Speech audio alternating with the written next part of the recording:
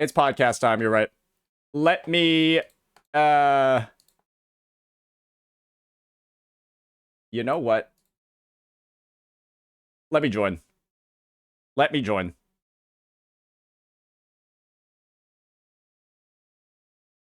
No funny shit. Should just not be fat. Blair. Just eating fucking protein, bro. Like I can't lift. I can't really lift, so I got like a treadmill, and so yeah, just not be fat. Good, hell yeah, man. Good for you. Wait, Brax has said he's gonna join. Wait, hang on. Okay, Brax. Oh yeah. Everyone, bro, there's gonna be like 58 people here, bro. Yeah, because I said I was gonna be here, man. It's the aura I radiate. I'm not gonna lie to you, bro. People kind of like me now, you know. After my brand take, they've kind of come back to me, you know. So Really? What was your brand tag? I just said I didn't like his banner. That's all. But you know what's crazy? In the gotcha, please, like there was a crazy thread about me, and I couldn't even comment on it because the dude blocked me. Oh, wait, Bro. no, he was a pussy like that? Yeah. So it's like 130,000 views, and bro was like, "Yeah, that kid's fat. Who cares?" I was like, "Oh fuck, oh fuck, he got Opinion me." invalid. Everybody's Opinion Hey, invalid. That's wrong, crazy, bro. Yeah. What happened? Oh, that's Wasn't crazy. wrong, Oh, though. if it means anything, man, he may have blocked you, but I didn't even know you had Twitter. Oh, when I follow you, when the fuck did I do that? That's crazy. That's Okay, fucked you're up. right. All right. I feel like you're like You know what, man? accidentally talking shit. It is what it is, man. Yeah, Oh that my god, sounds like Shin that. is here. Shinny, you haven't even Bro. played 2.2. Oh my No, no, God. no, no, no. I was gonna be here, so I had to show up. Listen, Hold on. listen. Well, I'm saying, bro, if I can be here, he can be here, bro. Me and Shinya, Okay. me and Shinya are about to be the tag team champions of Gacha, bro. Nobody's fucking Bro. infrastructure, their mental health, and their house can handle us. We're gonna walk into Bro. a room and shit falls apart. On This is God. gonna be chaotic. Wait, No, who else is it? Hi, I'm Brax. leaving. I'm leaving. I only showed up to say hi. Yo, I what's love up? all of you. Hi, Shinya. Love Shinya. Love you, Shinya. Yeah, I'm Hello. pulling out. Brax. I'm pulling out Have when fun, the guys. Gotcha actually starts, bro. Peace. You're pulling out. Bro, You don't want to talk about your I don't sports actually critic give a shit, experience? About bro. the 2.2 story. What do you Oh think no, I about that? jerked off to Cantarella. That's all I did. Brody, man. Yeah. Okay, I do remember. base. You don't I'm gotta waiting talk for about the Sandy, though. story for 2 hours. You probably What's talk the about word? something else. That shit's borked. Hold on. What's good, Okay. guys? How you doing? Awesome. How you feeling, brother? Doing Feeling good. man. It's good to have you back, man. That Final Fantasy 14 was ruining your life for a bit. Yo, I was Dude, that was lurking. so funny. I like hadn't looked at chat in like 4 hours, and I looked over, and this guy said, "This game is ruining your life." Bro, And he's right. And he's absolutely right. Bro, okay, I will just say that was the most fun I've ever had raiding in Final Fantasy. dude, what the fuck was happening on the But screen? I gotta be lost. done with it soon. I gotta be done with it because it is Yeah. taking You up say way that. too much of my goddamn time. I agree. No. Awesome. I just think Alright, they should I think make the game shit, so I don't want to play it anymore. the Yeah, game's just too well, good. They did that like 5 years ago, right? Nah, man, it's Game good is- now. Yeah. nah, I do feel like that game is really fucking good, but like I just feel like you living a life and being a content creator is probably like a little bit better. You know, like where you can like go live and play video games and make money. That's kind of hype. Dude, I don't know.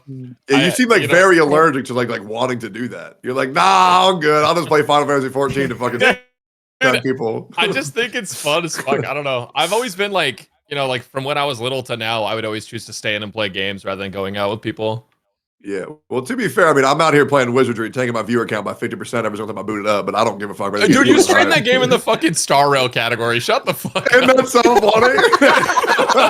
The biggest Hey, troll. hey, Fuck I've, yeah, I've fuck it, streamed man. PGR and WUWA. It's basically the same game, right? Hell Yep, yeah. same thing. Yep. It's the same fucking thing.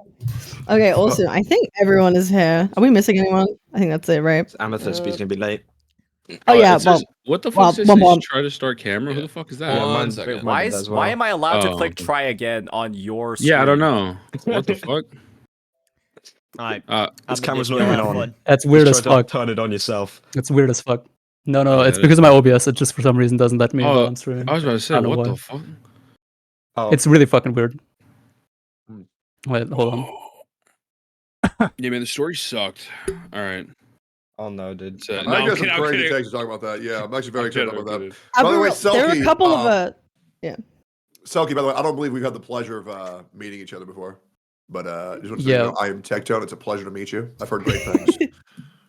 Selkie is one of the Really? top players of WUWA, the master of quick swapping. I think he would say himself. Hell yeah, Carpal man. tunnel galore, bro. Hell yeah. No, I'm finally He's here. a mega KUROBOT, and The best that a bag guy seater or on is it- Twitch. He's always telling me if I'm doing something wrong. Bro, yeah. Oh, I'm your number one hate watcher.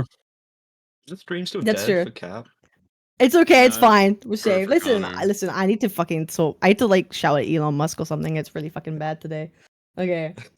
Awesome. All right. I think that's everyone. All right. Awesome. Also, do just want to say thank you for inviting me, Captain. Cabinets, I appreciate that. I thank you for joining. I appreciate it a lot. It makes me very happy cool. seeing other people like do collaborative content. It makes me very happy to see that in the community. Yeah, that's true. I Mhm, think Cap's mhm. like, I think she did a podcast before, like a couple of months ago for, Yeah. I'm not sure if it was for 2.0 or 2.1, but yeah. Yeah. Like two There's been a others. few, Yeah, it's yeah. really There's fun. been a couple, Yeah, there's been a couple. it's been nice. It's been a lot of fun. A lot of fun to do these. Okay, right. Where's the rat gone? Oh, he has nothing to say about the story, so he decided to fuck off. That's it. He's not coming reading and back. listening is Yeah, too no, hard. Not coming he's a back. skipper, right? He brags Yeah, about he's he a brags skipper. about how much he skips. Exactly. That's insane. All right. Also, well, it is time for the 2.2 Wuthering Waves podcast. It's time for more fun, more laughs, and maybe a few controversial hot takes. What has been the proclaimed cinema of WUWA so far? A lot of people have said it's probably the best cinematic experience that they have had in Gacha so far, and we're gonna see a bunch of creators' opinions to see if that is in fact true, or maybe are we glazing it a little bit too hard? We have quite honestly, a shit ton of people here today to talk about WUWA, so everybody say hi, hello chat, hello everyone. We have so many people, so I guess, we can go everyone one by one very quickly, because there's so many fucking many of you. So at the bottom left, we have the quick swapper of them all, Shelky. Hello, how are you? Very quickly, what would you rate WUWA 2.2 out of 10? Really quick. 2.2 out of 10. In terms of WUWA patches, or like in general as a game? WUWA patches out of 10. I think a solid 8 out of 10. 8 out of 10, amazing. Yeah. We have the man, the myth, the bold legend himself, Mr. Tectone. Thank you for joining. What would you rate 2.2 out of 10 real quick? I want to address the elephant in the room real quick. I would like to say this is a protein shake, not a milkshake. Before anybody thinks I'm a fat fuck for drinking this, this is 300 calories and 45 grams of protein. My beautiful girlfriend made this for me, and I it's thought that was a delicious. frappuccino. Now the thing about 2.2 is for Wuthering Waves is that I think the really important thing is that I actually very specifically remember it, and I would struggle to remember pretty much any other story quest as of late. But I think when I first did it, I wasn't too enthusiastic about it. I was like, oh, this is pretty good. But then the more I thought about it, the more I kind of enjoyed it, because the pacing was so good. And it told oh, sorry, I'm talking too much. It was good. 8. Sorry, guys. We get into Out of that 10. later. The actual out of 10, what would you rate it? Oh, 8 out of 10. 8. Maybe like between 8 out of 10. between Okay. like a 7.8 and 8.2, somewhere between there. Yeah, sorry about that. 8.2. Okay, awesome. Oh, and just a we quick have question, Cap. Before, when it comes to the ratings, are we talking about like just the story or like the patch as a whole? just right now, just a story. Okay. Just a story as a whole, a story experience. Cool. Yes. What We makes now a seven- have. Oh, well, I'm sorry. I just always like when people rate things. What makes it 8.2? Why not just an 8? Or like Okay, a so the reason why is 7.8? in my specific parameters, I have 5 different factors that I consider to be out of 2, right? And then I add Okay. all those together, and that's what would Okay. equate to an 8.2. So like Okay. sums of 1.8, sums of 1.7, you add them all together. Yeah. Like Oh, okay. exposition, I got storytelling, story. Yeah. All right, cool. Yeah, I just want to. That was just bothering. I was like, what the fuck is an 8.2? I never heard that shit in my fucking life. Okay, speaking of which, Ethan, the man, the myth, the big man himself, sipping on his coffee. I assume that's coffee that you're drinking. That's What would correct. you rate It's an energy 2.2 right now? coffee. Yeah. Protein It was, coffee. it was like an 8. It was solid. An 8? A solid Yeah, 8? like 8, Okay. Awesome. We have the Gamer Subs man himself, Code Kaza. How are you, friend? How would you rate Yo. 2.2? I would rate it a 9 for the story, a 9. But for the rest of the update, it's a little bit different. Hey, have Oh, you tried Happy really? Juice yet? I haven't. I actually asked to get it. I'm getting it. It's in the mail. Good. What code did you use? Code Baldy or what'd you use? Code Kaza? It's called Kaza, yeah. Okay. I use code Baldy for 10% off, but I get royalties no matter what code you use, so feel free to plug all that, guys. Happy Juice Baldy. Use everyone's code. I would show you it how it looks, but I already drank it all because it's so delicious. But yeah, anyway.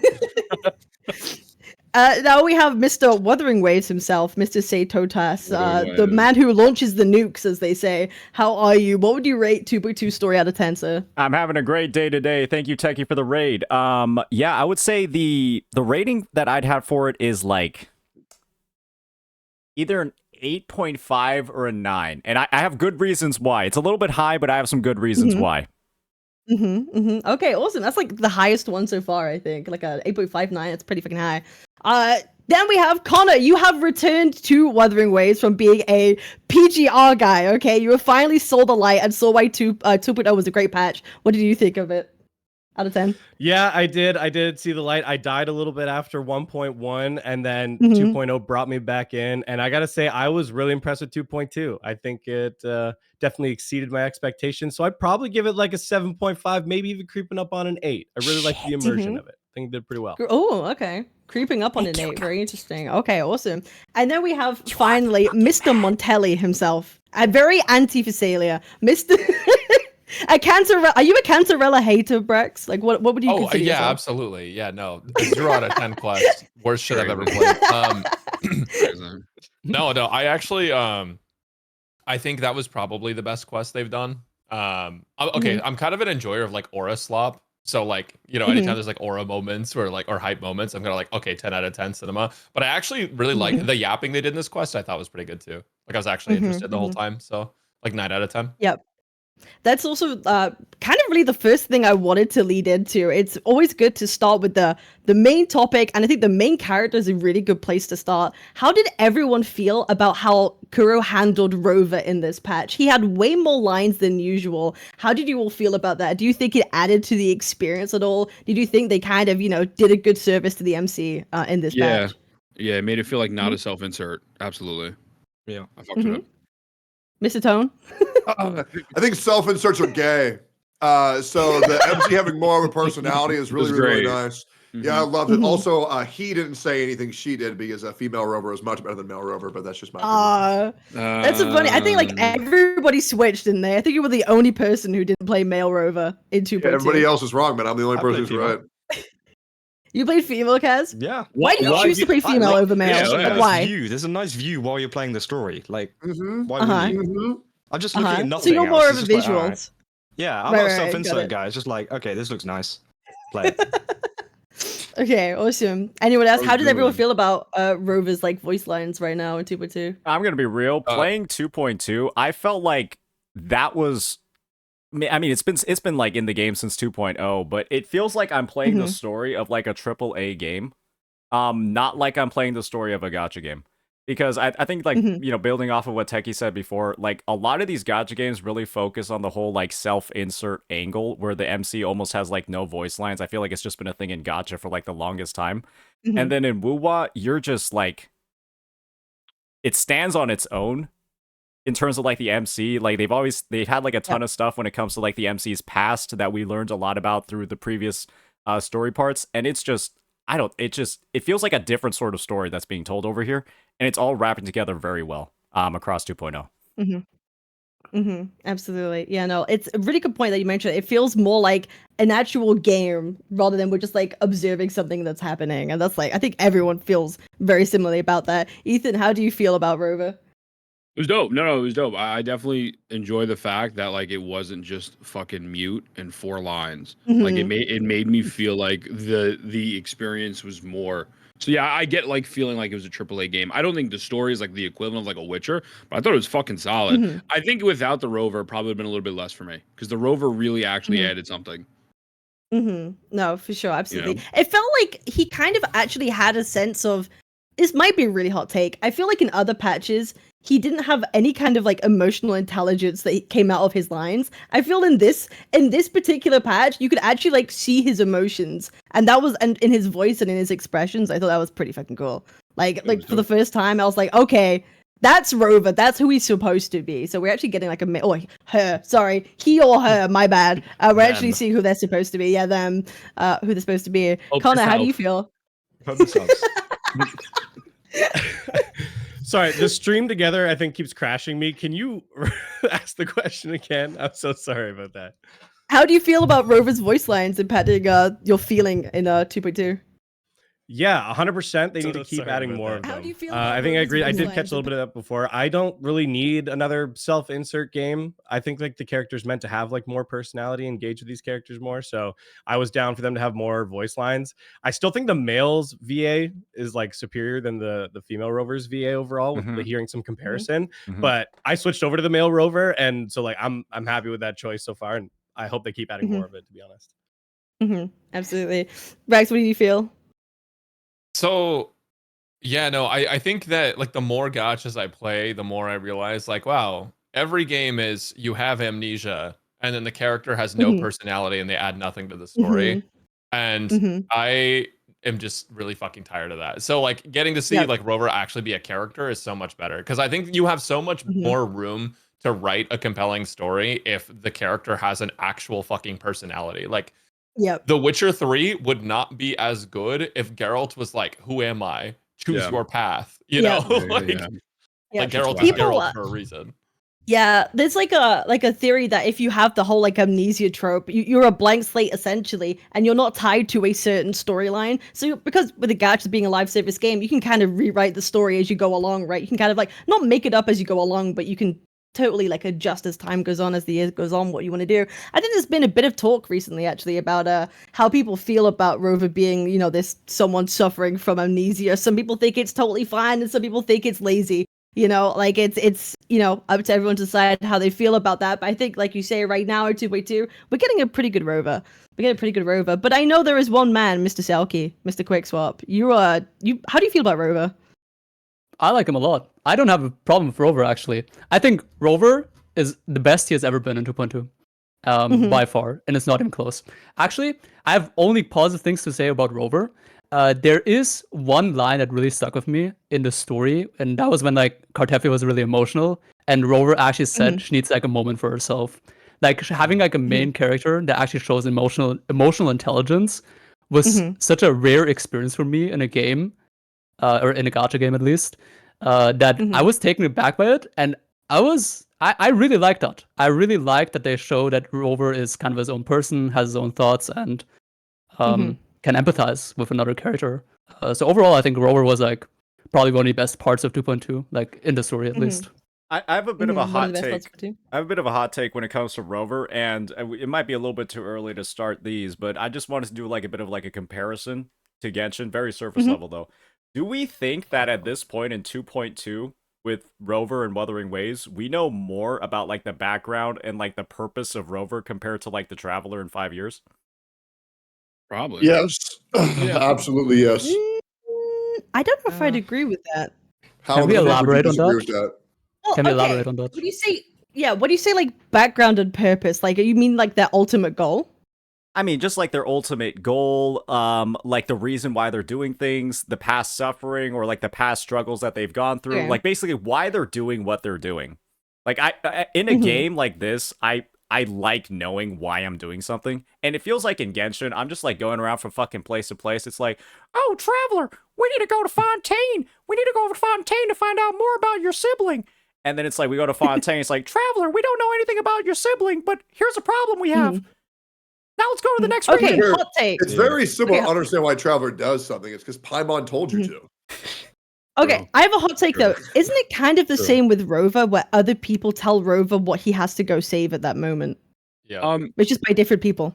Wait, but I So it's feel not like Paimon, but other people like Shorekeeper will tell him, Chishi or Jinsi will tell him, you know, now Carlotta will tell him you have to do this thing. Does he actually, you know, have his own personal desire, or does he get told what to do by other characters? At the start of 2.0, Rover got told by themselves what to do. yeah, Right? bro had like a Like- fucking come to Jesus True. moment. And it was Yeah, like, they got That is told true. by That themselves. is true. I also That is think true. like in Genshin, like not trying to be funny, nobody knows who the fuck that bitch is from the first cutscene. Like it's 5 years later, like, and we just found out like the sky is fake or some shit. Like there's legitimately nothing going on, right? Like everyone's going crazy, like God bless, enjoy it. But like, oh my god, the sky is fake. It's like, bro, we're 5 years in. I have no idea what happened to you prior to when you fucking woke up. I don't know where you see your sibling and then you lose your fucking memory, so it doesn't even fucking happen. That Like, shit was the fucking They get worst. That fucking, was so dumb. They get I'm like sorry. they get like cued by Kiana in like the first like cutscene of the game, and then it's And just that's like it. 5 years later, it's like we still don't actually know Yeah. what who the happened. fuck is Kiana, bro? Like, legit. We knew the sky How was many leak fake from the analogies, bro? freaking Scaramouche event from like whatever 1.3 or whatever Yeah, it was. So yeah. everyone's No, acting but- like this is But such a Connor- reveal, and it was like we learned But this the thing now is, 4 It was years confirmed in Natlin, though. Okay. yeah. So, But the thing, it's an Oh, event, so wow. you can't go back and do it. It's Yeah. Genshin. You No, can't go that's back and true. relive the event. So if you didn't do it, fuck you. Am I Guys, right? make sure not to miss Jesus. any Yeah, events in the true. future. Make sure Ever. to get them all done. Ever. Don't miss anything. Log in every single day. That's it. All That's right, what makes it all unmissable, right, man. my bad. I realized we derailed quite a bit. It's turned from a WUWA 2.2 discussion to shitting on Genshin not delivering anything Yeah, fuck satisfying Genshin. story-wise. All right. I think we're ready to kill. My bad, guys. No, keep going, keep going. It's fine. But keep going. No, honestly. I just So we've really had- want that. I just really want them to like continue to develop the Rover though, like, and make them an actual character. Because I know that like the whole way you sell characters is by making it feel like the player is important and like they're making the choices. But like the narrative is so much more compelling if you don't let like the average Joe just be like the guy. You know what I mean? Like. It's okay for Rover to be broken as fuck. Just make it so like that is who he is, but also Right. like, here's their reasonings for things. Now they have their own motivation. They find their own path, not just listening to whatever the fuck Paimon says. You already got me wanting Yeah. to say some shit, Brax, about the quest, but it's literally the part at the end, so we'll wait. Yeah. Yeah. Holy shit. Awesome. Yeah, along with 2.2, we were introduced to two new lovely additions to the group. We have Cartia. I don't know, is it Cartethia or Cartithia? I don't know. Which one is it? It's I feel like it should be Cartethia, but it's Cartethia. I don't know why. Yeah, it's like Schrodinger's cat. It's one or the Yeah. other when every time you look at it, right? So we have Cartithia, and then we have Cantarella. Like I'm also kind of tired of every kind of Ridicita character having like a C at the beginning of their name. I'm getting too confused. Chacona too. Yeah, Chacona, wait. Cartithia, Carlotta. Like, fuck me, it's way too fucking many, bro. There's way too many. Oh yeah, I bloody forgot Chacona's even in like 2.2. Fucking She was there for like Cristoforo, 5 fucking too. minutes.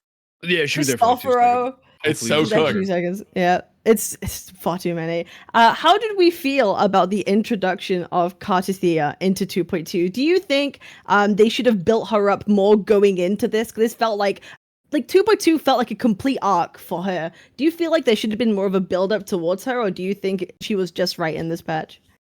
I think it was You fine. don't want to keep that off. Yeah, it was I- a good amount I- of pacing. Like, yeah, I think like they gave the character enough time to shine, and they'll probably revisit them whenever they go on banner, and they'll probably tie into the main storyline. Like, this is only like one portion of the story. Like, we still have the rest of everything else to deal with.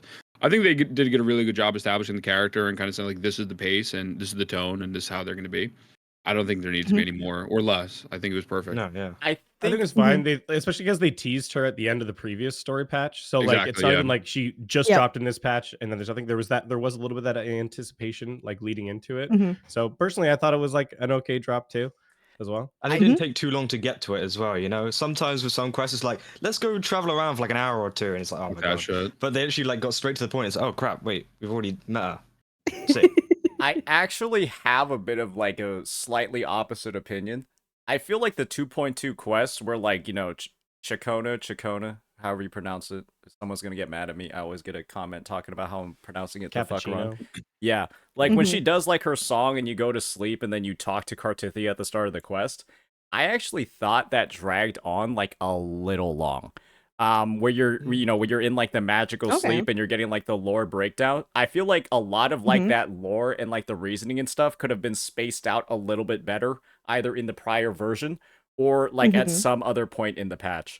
It did seem like that was to me like the slowest part of the quest, which was, obviously Kachona made it really good, but going into like the actual dream and getting like the lore breakdown, it's like, we spent the entire quest with her anyways. We maybe could have like,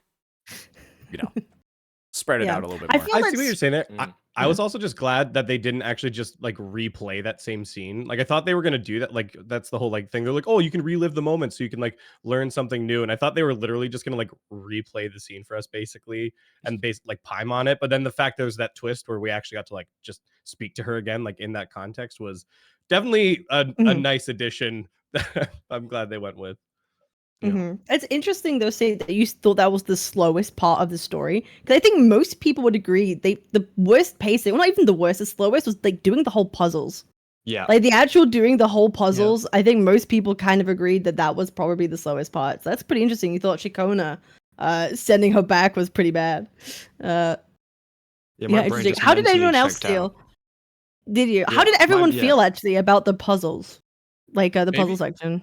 Maybe I've just been conditioned by other games to feel like 10 hours is like the average it should take for someone to talk about something. But like, I feel like this quest wasn't that bad. I felt like I was pretty engaged with it for the most part. And the puzzle thing, I don't think is bad. I actually enjoyed it a lot. I felt like it didn't take too long to get through it. Like you spend like an hour doing all the 3 swords or whatever, and then that's kind of it. And during the 3 swords part, you like learn about like a bunch of shit.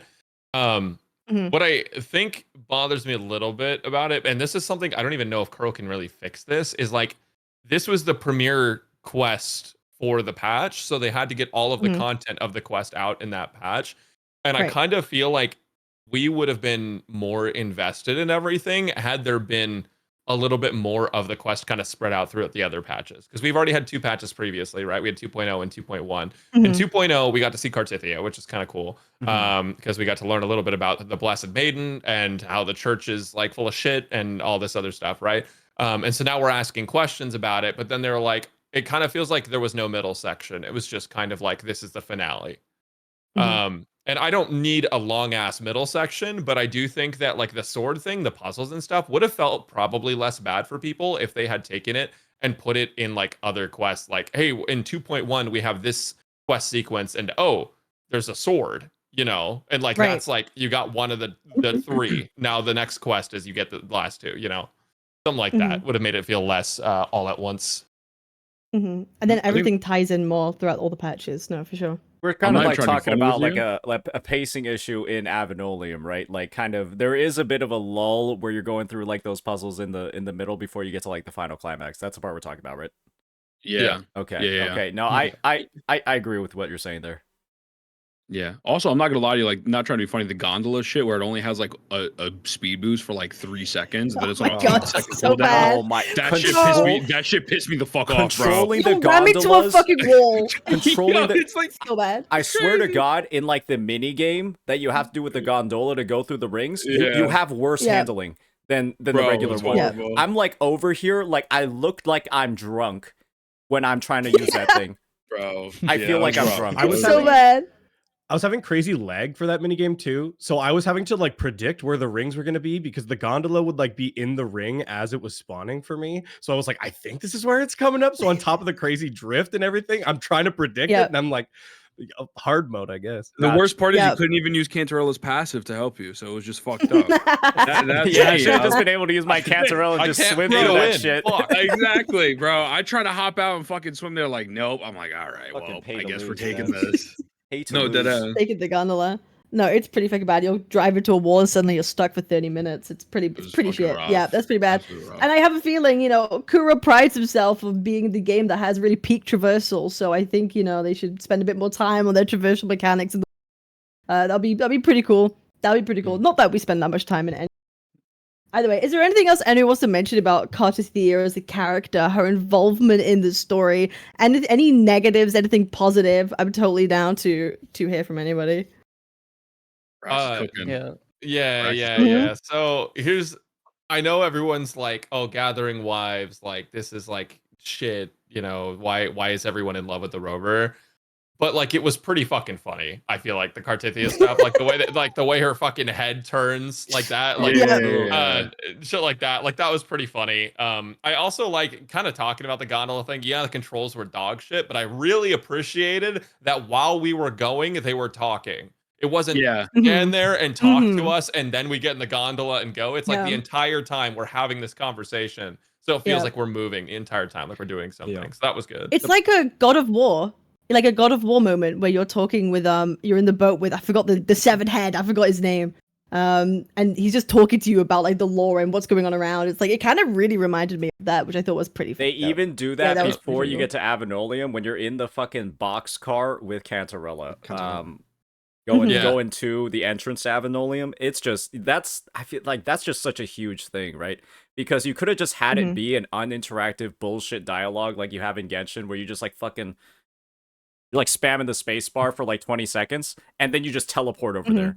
But instead, it feels way more interactive. You actually want to listen, and you're interested because you get to like look around and like actually see the new scenery and shit versus more static fucking dialogues and camera angles. No, look, I've embraced the Gathering Wives meme. I don't even care anymore at this point, if I'm being honest. And like the moment when you get to pick, like, who do you want to ride in the gondola with? I picked the greedy and stupid option. I don't know if everybody else did, but I'm trying to squish them all in there anyway. And I just thought it was funny as hell too. Like, so I was just on board with it. They seem to be embracing it with that, right? Like they kind of know. They kind of know about the whole Gathering Wives situation. Does anyone here care? Does anyone here care about Gathering Wives being a thing? Ryuku. Care in what sense? Like I don't know, but I'm like not gay, so like I enjoy the fuck out of it. I like how down bad Cartethia seemed for us the entire fucking trip. It's nice. I don't like dancing around the subject. I want to know if these bitches want to blow me or not, right? So it's like very nice, and the characters are just like straightforward. She leans on you. She wakes up. Oh my god, I can't believe I was doing this. Blushes. That shit was adorable, bro. Yeah. I will say the big form of her was insane. Like, bro, I need it to be playable, please. That shit was crazy. I can't. It's so good. Like, that has to be like her like enhanced skill mode or something like that when she comes out. Like, it has to be. There's just one thing that throws me off about a big Cartithia. Like, her arms look like an orangutan's. They're like so fucking long. It almost looks a little uncanny. I don't know if you guys have like played Warframe. I just kept thinking like she looked like Ballas. The Aura can do with like the fucking arm that's like 7 feet long and shit. She has the Rappa arms in the HSR when she does her ult, and like you see like fucking Rappa like shit just all over the place. Like that's what she has. Yeah, legit. She definitely would play in the WNBA. She'd probably play in the regular NBA. Yeah, for sure. At the end of Space Jam, Michael Jordan's arm stretch. It's good stuff. No, big Cartithia is absolutely fucking peak. And like, I'm someone who, I like to have my men in gacha games, but also I just really enjoyed the females and the quote unquote the wives they're putting in WUWA. I think they're done pretty well. Their designs are awesome. I like how they're involved in the story. I don't have an issue. I actually really just loved Cartithia. I thought she was just so great, and I have zero issue with it whatsoever. And that's coming from someone who's like, oh, we need more like guys in like gacha games. So I don't know if that speaks for anything, but yeah. But I think I know there is someone who does have maybe a little bit of an issue with Cartithia. Selkie, correct me if I'm wrong. That you may have a little bit of a problem with her as a character, or am I crazy? Yeah. So I'm probably the only one that did not like Cartethia that much personally, because I play a lot of story games in my free time. I actually am like one of the biggest story game enjoyer. Like what? And so some of the games I really liked were Mori. My side, I think BioShock has a really good story as well. I have a hard time actually naming. To be a story game. BioShock. Yeah, BioShock is a story game. I was like my side. Did you say B side? Yeah, me side. Me side is less of a story game, more of a message game, kind of. Yeah, I was about to say that shit is definitely not a story. That's just like a fucking waifu bait horror game. Yep. Waifu bait horror game. Nah, I think it has a deeper message. But it depends on how much you look at it. I don't think those two are mutually exclusive. I think you can do both. True. Fair. But yeah, I didn't like Cartethia that much because usually when I play a story, I really like being emotionally attached to the story and its characters. And I felt like the story before, the question before that, should she have maybe had more of an appearance in 2.0 or something like that? That would have greatly added to how I would have felt about Cartethia in 2.2. Because I will be honest, seeing the glass shards being like put together for the one window or whatever, to see her backstory, to me personally, it didn't tell me anything about her. It didn't tell me anything about her, and I do know there was an ending cutscene where we shortly talked to Cartethia, but even that didn't really give me much of an emotional connection to the character. In 2.2, we really built on that. There was a lot of exposition with Cartethia where she explained her past, who she is, how she feels. But I'm just not personally a fan of Cartethia as a character because I feel like this Gathering Wives thing, I've also just come to accept it it's just what works for Kuro. They just do it all the time. I don't think anyone can even deny that anymore, considering we're even talking about it. It's like so like much spoken about that like we can't even deny it anymore. But yeah, I get like tired of it if it happens over and over again. I like romance as a one-time kind of thing. For example, if we did it with Shorekeeper, if Shorekeeper was like our one wife, that one person we romance, I would have loved that. But it feels a bit overdone to me. That's like my main problem. Well, they can't do that though, because Shorekeeper's I only on know. the premium banner one time, and they got to sell the other characters. You're 100% right. You're 100% right. I'm aware of that. That's why I know it does sadden me, but I have to accept how Kuro just has to do it again. You're 100% right. Do you just not like gacha stories in general? Like, is that like I love your Limbus feeling, Company. I love Limbus Company. Ah, So I good. love Limbus Company. So good. Do you consider like do y'all think Limbus and Wizardry are normal gacha games though? Like I feel like those are kind of obviously they're gacha games, but I feel like those are kind of a little bit in like a different realm in the sense of like I feel like they have a They're good. yeah, I mean like, I don't know what other way to say it straight up. Like they just don't follow the same trope that actually has good story to it. Like they're selling the game, they're not selling the characters. yeah, right? exactly. Like WUWA is still, even though it's a good ass game, it's still selling the characters. characters. Yeah.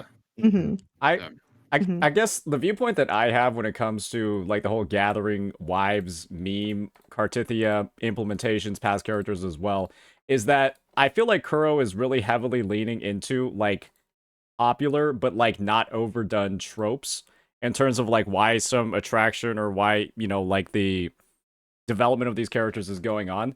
I kind of, if you all are familiar with like history, I'm pretty sure Cartithia is supposed to be like a straight up. Right. When was World War II? Yeah, when was World War II again? I'm pretty sure it's 1939 through 1945. Bro got it. Bro got That's it. correct. Whoa, congrats, let's go. All right. We've Intellectual, by the way. farmed our first W of the day, but yeah. So if you're familiar with history, a little bit before World War II, actually a lot before, Cartithia to me is like a straight up 1-to-1 with like Joan of Arc.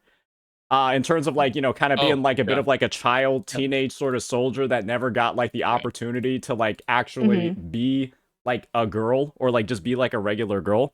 And to me, it's like when you know that this person has basically been void of like all regular sort of human interaction, like they become like a warrior of like the fucking Thernodian / Sentinel when they're like, I don't know, like 12, 13, 14. And then that's all they do. Then their body gets like stuck fighting the Thernodian for like however long, like in the tower. It's like, yeah, it does make a lot of sense how she's characterized in the story, why she acts the way that she does. It's just, it kind of like just has like that vibe, right? That she really has like no fucking clue what she's doing. And it to me works out really, really, really well. And it like opens the door for so much more characterization of her in future versions moving forward. And it's just, as long as Kuro is like using these tropes in the good way, I feel like it brings like a fresh vibe to like every single new wife that gets added. Like we got Camellia, who's just the absolute a freak, right? Mentally deranged. Let's just be real here. That's Camellia. We got Shorekeeper, who's like, you know, like the pure princess bride sort of thing. And then we have like Carlotta, right? The mafia fucking assassin princess. And there's just, it's a different flavor each time. It doesn't feel old, and it feels like there's like a lot of like, it's like a different taste for every single person, and it feels like it works out well. Nothing feels too forced since 2.0, in my opinion. Well, I think going off of what you're painting with like the Joan of Arc crossover, it makes some of the other like elements like make sense. Like sometimes like I fell asleep on your shoulder and now I'm like embarrassed about it. Like it can be really cringe and feel really forced in a lot of cases, but because they've created this like awkwardness of like, yeah, she's like literally never been in a circumstance like this before. She's never had that experience, that like it makes those moments like more believable, which adds to like the overall like enjoyment and like cuteness of it. So absolutely, I agree. Totally. And I really hope Kuro can keep releasing characters at this pace that are all very unique. The last thing we want is like rehashes of like personalities to come through. I know some people were kind of worried about that with like them kind of replicating Camellia, but with different flavors. People have been worried about that, but so far, I think we've seen that they've kind of like hit the nail on making every character their own, which I think is a pretty huge W. Speaking of other characters, the woman of the hour, Cantarella, She's she basically broke WUWA for a number of reasons. So how does everyone feel about her involvement in the story? I hear it's a bit of a back and forth actually about how people feel about how she's presented in the actual 2.2 quest itself, whether it was sufficient, whether enough it wasn't. Wasn't enough. Wasn't even close to enough. Fucking barely felt like I even knew her. I didn't do that story quest. I thought it was bullshit. She's the character that we're buying. I want to see her in the main story quest. But I'm okay with them building more characters long term. She had impactful moments. But no, she's one of the best characters in WUWA history, if not the best female character in WUWA history.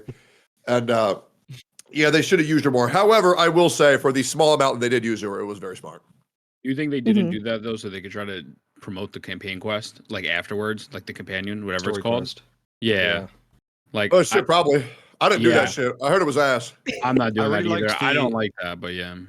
So I really liked the scene at the end with Cantarella as well. You know, whenever she was like kind of holding down the fort while she was everything's hype. going down. I thought it was really cool. Like, even though she didn't have much involvement, I still thought, oh damn, okay, this is a pretty powerful character. Like, god damn. I mean, aside from all of the obvious features that are like constantly kind of distracting me. I felt like the significance of Cantarella and like the emotional impact that she had specifically during the main story quest was like it kind of required a big callback to the prior versions of the game.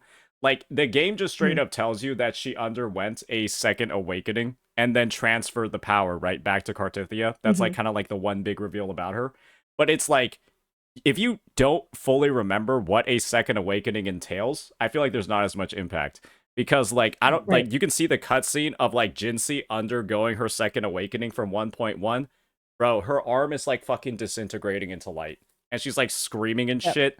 Like, that's basically what Cantarella did off-screen. And then gave up the power after going through that. And so it's, like, it's basically, like, just, like, a huge story of, like, self-sacrifice, that sort of thing for, like, the greater good. And then when that's juxtaposed with her being a part of, like, the most evil family in Raguna, that's like doing all this evil, vile shit all the time and has a terrible rep.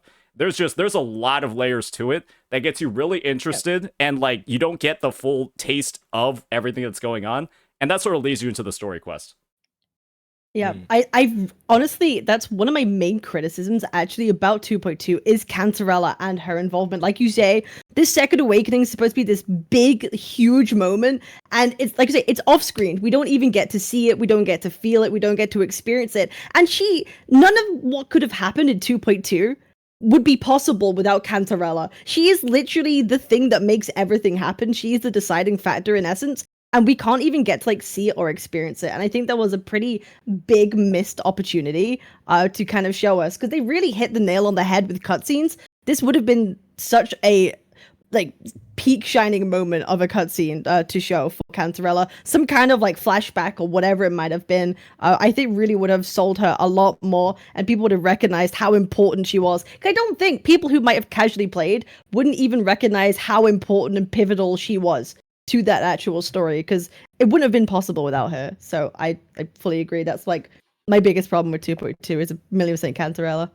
How does everyone feel? Especially, well, they were leveraging like those like flashback like 2D animations, like the like motion animations. Like she could 100% been included in like one of those, or the way that it happened. And like the moment when like she gives Cartia like the sword like later on, like it could have been like maybe like Cartia like saw that was like the sacrifice that she made. Like she was the original Blessed Maiden, and they do just really gloss over it, which was like a little disappointing. I'm sure they did it basically for the campaign quest. Like I think that was probably a marketing choice to like push people to want to see more, but they still didn't even then like follow through with the items that are talked about as much like in the main story quest. It just goes more into the like Phasalia backstory and like why the Phasalias are seen the way that they are. They don't really touch on any of the Blessed Maiden stuff. So I mean, I think there's still gonna be more in the future.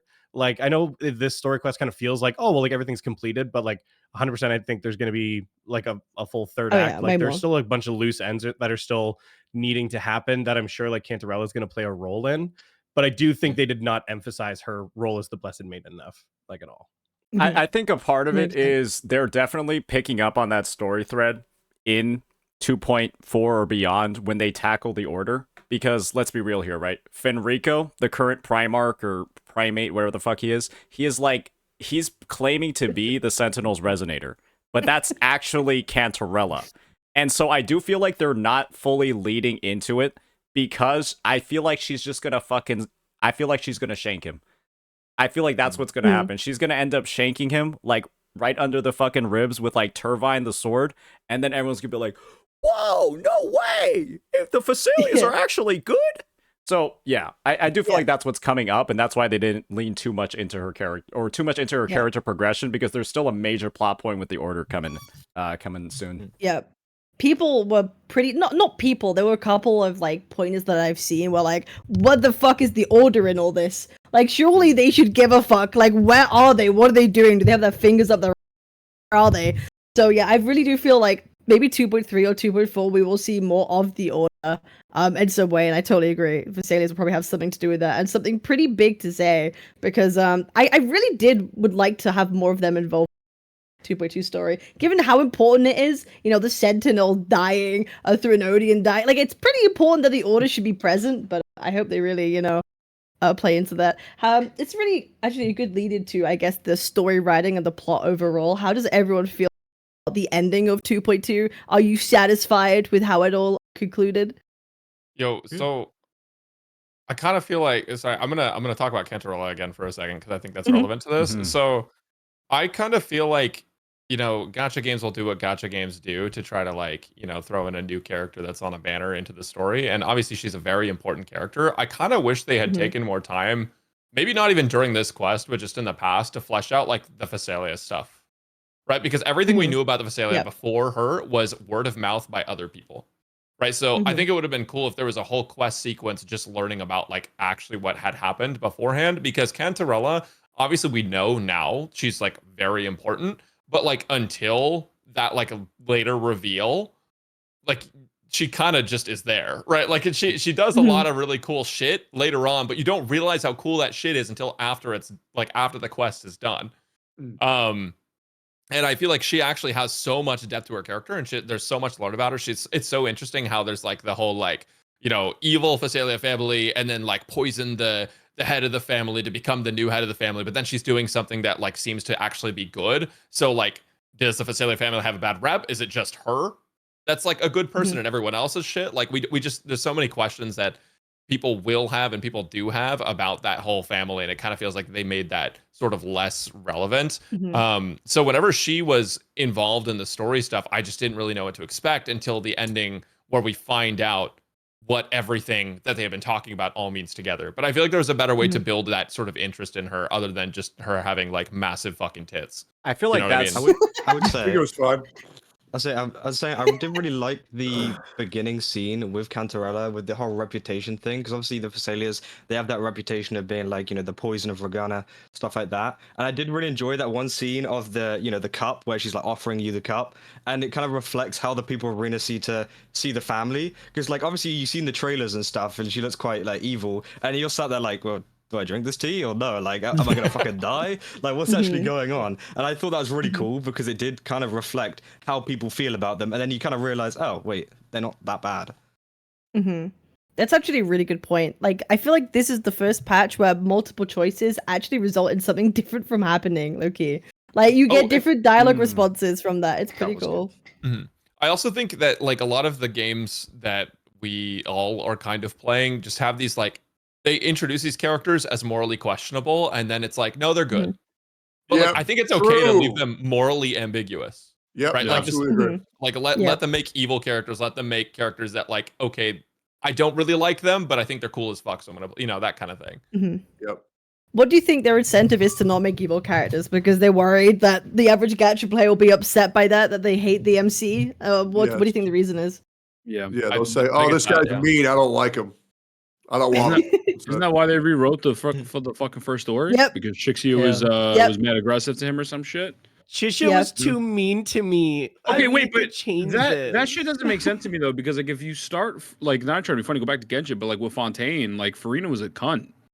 Like she was fucking absolutely. Yeah, but then you feel bad she for was her, the and then quote-unquote, she's like your friend. Exactly. No, but they took 2 whole patches to make her feel special, and then her. And out of curiosity, so they took 2 whole patches to make her seem amazing, and then when did they release her to pull for her? In the patches, she was good. Yeah. Yeah, no, but Yeah, I think you yeah. could ease into it though. I They think you fixed could like stuff. spread it out over time and like still have that ambiguity and be like, hey, like, is this person still bad? But yeah, they should still have evil characters outright, but at least make it fun. I don't know if that's I- a reason I why, would- like maybe they don't have Scar or Falova in the banners yet. Because is it because they're evil and they just don't want to do it because they're too scared? They're like, oh fuck, maybe people won't actually pull on them because they're evil. I don't think Kuro's scared of adding like morally ambiguous characters, right? I'm pretty sure in PGR there are like absolutely like evil characters that you can pull on. Correct me if I'm wrong, Connor. Like A couple of them are like mass murderers. Yeah. And like Yeah. even after they become playable, like they're still not good. So like I Yeah. hope they don't change Or- that like every character needs to be like the hero and be good every time, because they didn't do that with their with PGR. So I was yeah, gonna I hope they say, don't. guys, I feel like we've already gotten like our answer to that question, because I'm gonna be real. I feel like Kamelia's just been fucking crazy the entire time. Oh, Right? yeah. She's crazy, but she's on your side. I know, but Yeah, she's she's not just malicious. like But she's obsessed with you. She's crazy, but she's crazily yeah, obsessed. she literally my seems yandere. clinically insane. Like still, like she still seems crazy. I think she was Maybe- across all of 1.0. I mean, I don't even think anything about her characterization changed at all. She's just a fucking freak, and she has been, and people still pull the shit out of her. Uh-huh. Yeah, But because she maybe loves you. the tolerance, like, yeah, that's the line. As long as she gives a shit about you and she loves you, like, it doesn't crazy shit. Maybe that's the Like, golden I line want there. a character to fucking hate Rover, but just be cool as fuck about it, right? And then, like, you know, we pull them because they're cool. And maybe if they're on the same team, they talk some shit, right? I feel like that'd be cool. But I feel like that's like a Western game difference Yeah. Yeah. from what I I've don't think heard. it'll- Mhm. Yeah. I don't think it'll So, happen. I in a don't gacha know. game. That's how they'll bring Kelcharo JP back. does that all the time, though. JP does that all the time. So I don't think it's Really? just a Western thing. Yeah. Just get pissed at each other and then fuck on the side. I Yeah. want true. that. Yeah, crazy. But yeah, I think it'll be really cool. Also, I would love to actually have more of the actual Montelli family be introduced into the story somehow. Like all the Facelia family. Like, why is it's only Carlotta and like we have like Zanny's not like on Montelli, but she's in the Montelli umbrella. We have Cantarella with like what, Sebastian, the very Which you kinda British, was. like old looking dude. You know what I mean? Like, I feel like where are the others? Where are the others in these families, in these feuds? I feel like that's kind of missing Trying to at see the the whole moment. Soprano you know? family, like an actual Yeah, it's- gang war. I feel like that'd be so Oh. good, though. That'd be Like, sick, that would. Right. Yeah. That's also another thing I liked. I liked how Carlotta kind of appeared at the end of that, like, hey, don't forget Mabby, I'm still here. Like, I'm gonna fucking beat the shit out of them if they do The anything third to you. wife is here. Yeah, I'm just like, oh, yo, Yeah. thanks for checking in. I'll be back home soon, okay? Yeah, absolutely. Right. I think moving on a little bit from the story, unless anyone else has anything they want to add to the story, I do kind of want to talk about, I guess, the visual aspect, the actual cinema that we are experiencing right now in WUWA. How did everyone feel when they first went to the Avanolium for the first? How did you feel? Do you think they cooked? Cinema. Oh yeah. Cinema. Yeah, visually it's I'll fucking be- crazy. I'll be honest. You know how you guys said that there was dialogue while you were in the gondola? I didn't even notice it. I was Bro too was busy looking looking at the around. scenery. Yeah, Right. it was crazy. Right. amazed. It was just so pretty. It's so pretty that people with mid-range phones actually lag and struggle to run it at the moment. God damn. Like it's too pretty. The game is now Wow. becoming too It's pretty. mobile. Yeah, it's a It's bit of a problem. Mhm. Turn RTX on. That shit's crazy. It It's looks so so good. good. It's Yeah. so fucking good. It's amazing. Okay, awesome. So now moving on from the story, how does everyone feel the exploration that you are having in? Has anyone 100%ed it yet? Has anyone done it yet? Connor has. Not Close enough. But Close enough. is there a lot to explore? Because I didn't really like. I saw there was like 2 waypoints or 3 waypoints. Am I missing a It's whole not that fucking much. area? It's pretty. You've Like- got the ball waters, and then you got the Avenel, and they're pretty Yeah, small. okay. And I feel that's kind of the case in a lot of areas in Rinascita and War in general. They're not like overbearing. Like you don't have to do like a ridiculous amount of shit to 100% them. And I feel that's pretty good. Like instead, they just it's put super like easy. puzzles that are actually like hard, which are nice. Oh, I prefer It that. was super easy to 100%. Right? Like Yeah. I did it in like Yeah. I don't know 45 minutes maybe. Like it Holy shit. really wasn't that Mhm. bad, and I like enjoyed it overall. My only gripe with it was with the Avenolium. There's like a couple areas to explore. Like you have to go and flip it, but like you wouldn't know Mhm. sometimes until you got there because you would just do like the map tracking, and then you fly over just to realize that like fuck, now I got to teleport back to go flip the map to go Yep. and fly back Oh, over that's again. fucking That part annoying. kind of Yeah. pissed me off. But It's other than annoying for, that, like, like kind I of think it was a cool farming stuff. environment. Yeah. Yeah, It's annoying whenever you're trying to farm a Cantarella's character flowers. and you're like, I can't find these flowers anywhere, and it says there's an island there, but there isn't. And then you just flip it over. You're like, oh, okay, that makes sense. Because whenever you're actually exploring and exploring the world out of your own volition or whatever, just collecting whatever, it's fine because you're not really bothered about shit. I need to get to the island as quick as possible. But like whenever it comes to like, oh shit, I need to get all the Cantarella stuff, and I'm here like flipping gravity 10 times over because the tracking just keeps changing it from each side. It's just like, oh my god. Oh, So, yeah, that was annoying. one huge miss just from the exploration was, for some godforsaken reason, all of Cantarella's ascension mats were only in Avenolium.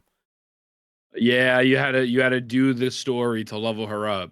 Which is Yeah. like, I mean, That's why true, not yeah. just put them in Bior Waters, the other new region, where, you know, it's like, you could have literally said, yeah, the seeds fell down from Avenolium and ended in, like, they're literally in the, like, shouldn't the seeds just fall down and grow there too? Yeah, I mean, Isn't that like a recurring problem though in WUWA? Like it's happened numerous times. No, it hasn't. Like you had to do the story. No, okay. The last time we had it was Shorekeeper's Ascension via the boss mats, where the fallacy of no return was the only way to level up Shorekeeper. And so you had to do the entire 1.3 quest which features Shorekeeper to level her up. I still think that was a little bit dumb.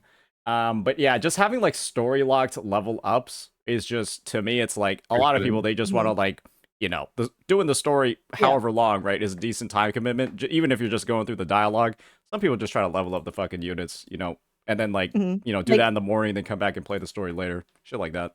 Should like adopt like things other gachas do, where you have like an early unlock where you can just like go ahead and do it, like go into a Sonora sphere, whatever it is, get material, go out. Oh, we have that. We do. You have that for the bosses. You do now, yeah. For the bosses, not okay. Not for the mats. Not for the mats. Gotcha. Yeah, not for the world mats. Well, yeah, no. Yeah, exploration absolutely peak. I think peak exploration because it's very quick and the puzzles are like harder. I'm so glad they actually made them more difficult. I think, what is it called? The picture painting ones, whatever they are. Still there? Yeah, bro, they're so fun though. those. I don't know what it is. I love banging my head against the wall with them. I want more of them. Didn't someone make a whole website dedicated to that puzzle because people love it so much? That's fucking so fun. Yeah, it's pretty cool. Okay, awesome. So what now really kind of onto other topics in general with Wuthering Waves and some of the main talking points. I do kind of, sticking with the theme of exploration, do you think they're finally going to add flying to 1.0 areas? Do you think it's time? Now that they've added it into the 2.2 areas, then do you think they're going to continue the trend? I want them to. I don't think they will. I want them to, though. I think they'll add a mount. I mean, we have Inferno Rider. I think they'll make a mount gadget. I don't think they'll make flying for that area, though. Do you think it at all? Really? I think they could, because the thing is, they could make a mount in the game where it doesn't like fuck with how the world already is. It's just that 1.0 was not meant for flying, right? Because if you could fly in 1.0, everything about exploring 1.0 is entirely trivialized, right? Which, not like it was difficult, but I think that they would have to go back and change. Some parts were pretty fucking difficult, bro. That place above the Inferno Rider with the two buildings that are floating, but I fell off so many fucking times in the broken road too. That shit was a pain in the ass. Comparatively to like, they just give us a fucking motorcycle that's not Inferno Rider that you can just ride infinitely. And that's motorcycle. Oh my god. Yeah, I have a bit of a crackpot theory that they're not going to add flying to 1.0, because if they add it to 1.0, it kind of sets a precedent. They're going to have to add it to every single region. Like every single region, they're going to have to add flying. And that's not going to make any sense. And I think Kuro needs to do what Kuro does best. Cool traversal, right? Cool traversal. And then when we go to a new area, like New Federation, wherever it may be, it's a new traversal mechanic. Because flying, it's not going to be flying something like cars. Like actual vehicles or something. Like I feel like that's the way they're going, and I feel like it'd be very cool. The way that I view Cartia passive, flight anywhere. Thoughts? That's crazy. Oh dear, that doesn't sound very good. I mean, I think the way that it was worded in like the little story, I made a joke about this before in a chat. There's actually, like, non-sarcastically, there is a lore reason why we're able to fly. Like, you guys know, like, the wing rays, right? That we use to, like, jump up and, like, tether up and then start flying after that. Those wing rays, like the echoes, are actually used to, like, transform your glider into the flight thing. And so, with, like, the whole idea that these wing rays are, like, a little bit exclusive to Renacida, and, like, that's a mod that you only find there, that's like a reason why it wouldn't be in other regions. And I think as long as Kuro comes up with a new exploration gimmick for every region, like you guys are saying, there's a new exploration gimmick that everybody gets for free. It's a gadget and doesn't have like any crazy upgrades you can get from the gacha. I don't think that people can really care too much about the lack of flight or the lack of, you know, like sort of like back back reading isn't the right word, like fucking like reverse compatibility of like travel in all the other regions, right? Where it's like, now since you have cars in the new federation, we need cars in Rinasita too. And we also need cars in Jinzhou. And so it's just like, oh fuck, man, like god damn. It's like if we're gonna be talking about, you know, oh, the flight needs to be like, you know, in all the other regions, and it's like, oh, we need all the Saurians in all the other regions too. I need Saurians in Inazuma. You know, it's like stuff like that. It's a lot of like going back and forth. If I'm going from gameplay perspective here, though, it's going to feel bad if they release like a new region, like in 3.0, and then we don't have flying there. Like, I just think like from an overall gameplay experience, it will feel bad when you have like when you give something to the player that everyone has been like complimenting and like praising as one of the best additions to the game for like an enjoyable exploration experience, and then now they're like, oh, we know you love this, now we're gonna take it away.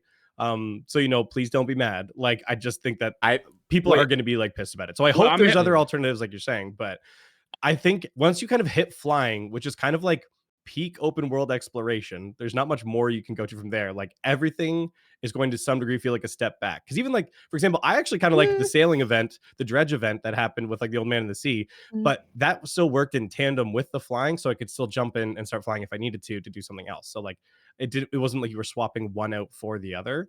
So I do think it will be a downgrade in experience if that's taken away. But would that be true? But would that be true if like the environment that it's made in is made for vehicles, right? It's made to be engaging for that traversal type. Surely then, if that experience is fun, like flying might not make sense. Maybe flying might be like kind of like boring compared to driving around and doing certain like, you know, instances that might make I want to be interesting like vehicle mechanics. I want to be like Batman in the new Federation, just stand up on the fucking skyscrapers and fucking fly off the end of them. That'd be sick, but no, I don't think it would work. I've heard that there's a law reason why you can't fly in New Federation.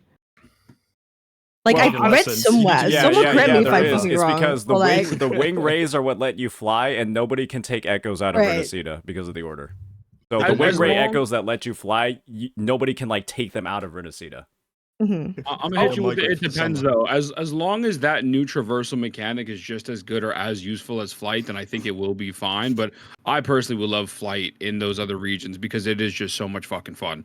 But if they have an alternative that, like, if it's like, let's say riding a mount and then the fucking mount can float or climb up buildings or some shit, like, fuck it, who am I gonna complain? Like, I'm not gonna sit there and shit on it. But yeah, I would love it to be flight, but I do think they'll probably be something of equal substance. I think it's entirely based on... Hello, Mr. Amethyst. Oh, hey guys, how's it going? Yo. Sorry I'm late, guys. Work held me up, and then Cap got the times mixed around. It's all good. It's all good. It happens. Hello. Yeah, I was gonna say, just based off of like flight and all of that, it's just... There's one mechanic in Rinasita that no other region has that nobody really talks about, right? But is necessary in the world design, and that's all of like the illusory cat paw sprints that are just scattered all over the fucking place. They kind of look a little bit out of place where they just randomly are, and that is only there because of the design of Rinasita, because it's so fucking expansive, right? There's so much like space. There's a lot of gaps in between every single like landmark or point of interest. And so you need those illusory sprints to, if you're not flying, actually fucking get anywhere. Otherwise it would take you like 5 minutes to walk to like each chest or like each unlockable. And so if the region is just more condensed, you probably would feel the impact and the joy or like the necessity of flying a lot less. Yeah. If the environment around you is engaging with what you're doing, it's fine. There are ways to mitigate it. I understand that. And like, there can be lore reasons to explain as to like why it's not accessible. But like, to me, I think that's like irrelevant from like a gameplay experience, because like it's still like a game first. And so you want a fun gameplay experience. And I have a hard time believing that taking flight away from players after they've been enjoying it and come accustomed to it is going to be a better experience for players overall in like a new region. Because again, like, I look at like the Old Man of the Sea event where like it was all that whole area was centered around like sailing, and like you're sailing between the islands, and they were close enough that like you could sail to the other island and you didn't need to fly. So there was that like incentive to it, but the two items still worked in tandem and still made you enjoy it because you didn't have to have one or the other. You just had multiple forms that you could leverage. And I still think it's going to be a problem if they fully take it away. Mm-hmm. Yeah. I don't think they'll fully take flying or do something like that in future regions. I think future regions they'll keep flying in or have a similar mechanic that is just as good as flying. I know a lot of people want them to put flying back into Huanglong. And I think that would be great for Huanglong, but I don't think they will until it suits the narrative. I think if there's like a cataclysmic event in the story that causes like a change in Huanglong, then it will go, oh, now you can use flight. But I think if you're starting the game through 1.x, I don't think they'll have flight for you until you get to the part in the story where it's like, now you can use flight in Huanglong. Maybe we'll just get like Spider-Man mechanics, you know? Yeah, just Maybe we'll swing, swing in this. around. Yeah, just swing around. Yeah, that's perfect. It's the Ananta weapon banner. You know, you just get the fucking yeah. Spider Echo. Yeah. Wait, that actually sounds crazy for New Federation, like momentum based winging. They can totally do cut me it. a check, bro. Cut me and Brax a check. You know, let me get out and shoes that stick to buildings, so you can just like walk vertically up. Mm-hmm. Wait a second.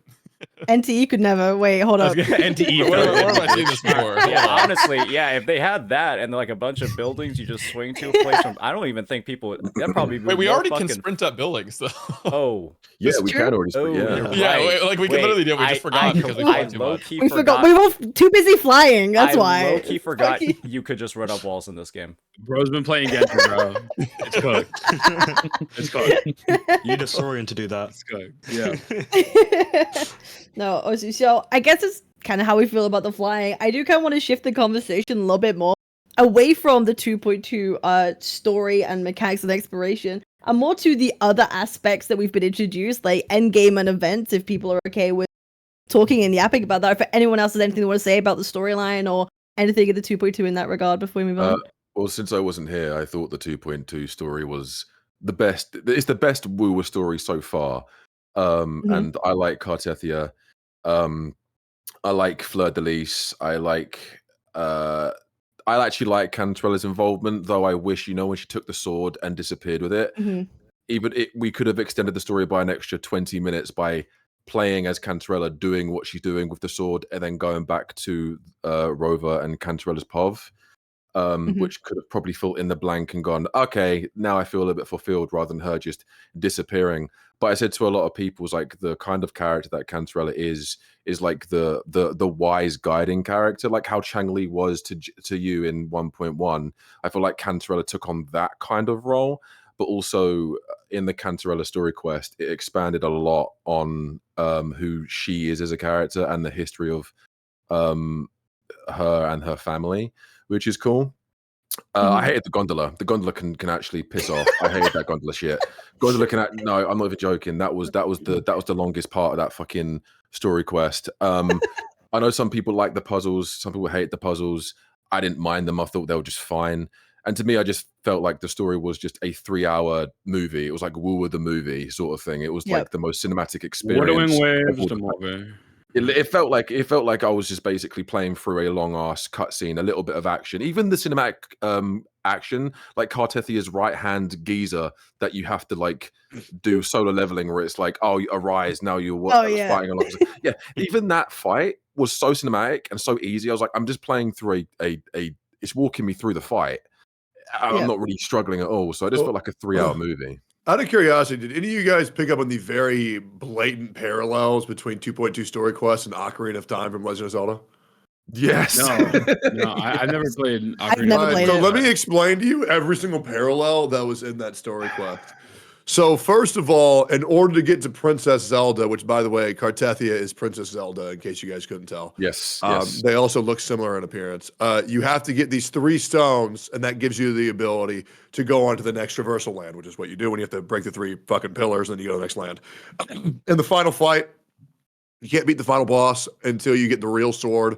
that Cartethia passes you the Wind Sword, which is the same thing as Zelda passing you the Master Sword in Ocarina of Time, as well as Zelda empowering your hand, which holds the Triforce of courage, power, and wisdom, which also lights up in the exact same way that your fucking Resonator symbol does on Traveler's or Rover's fucking hand when you go to fight the big bad guy.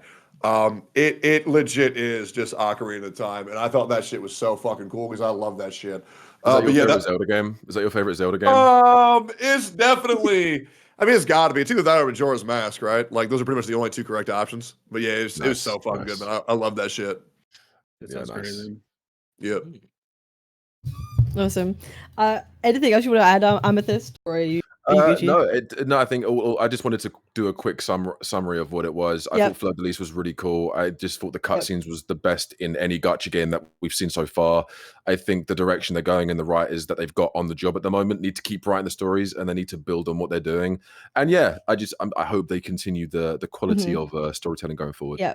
Yeah. Download the game today using code Amethyst. Yes. Thanks, Techie. Thank you. Yeah, I got you, man. Yeah.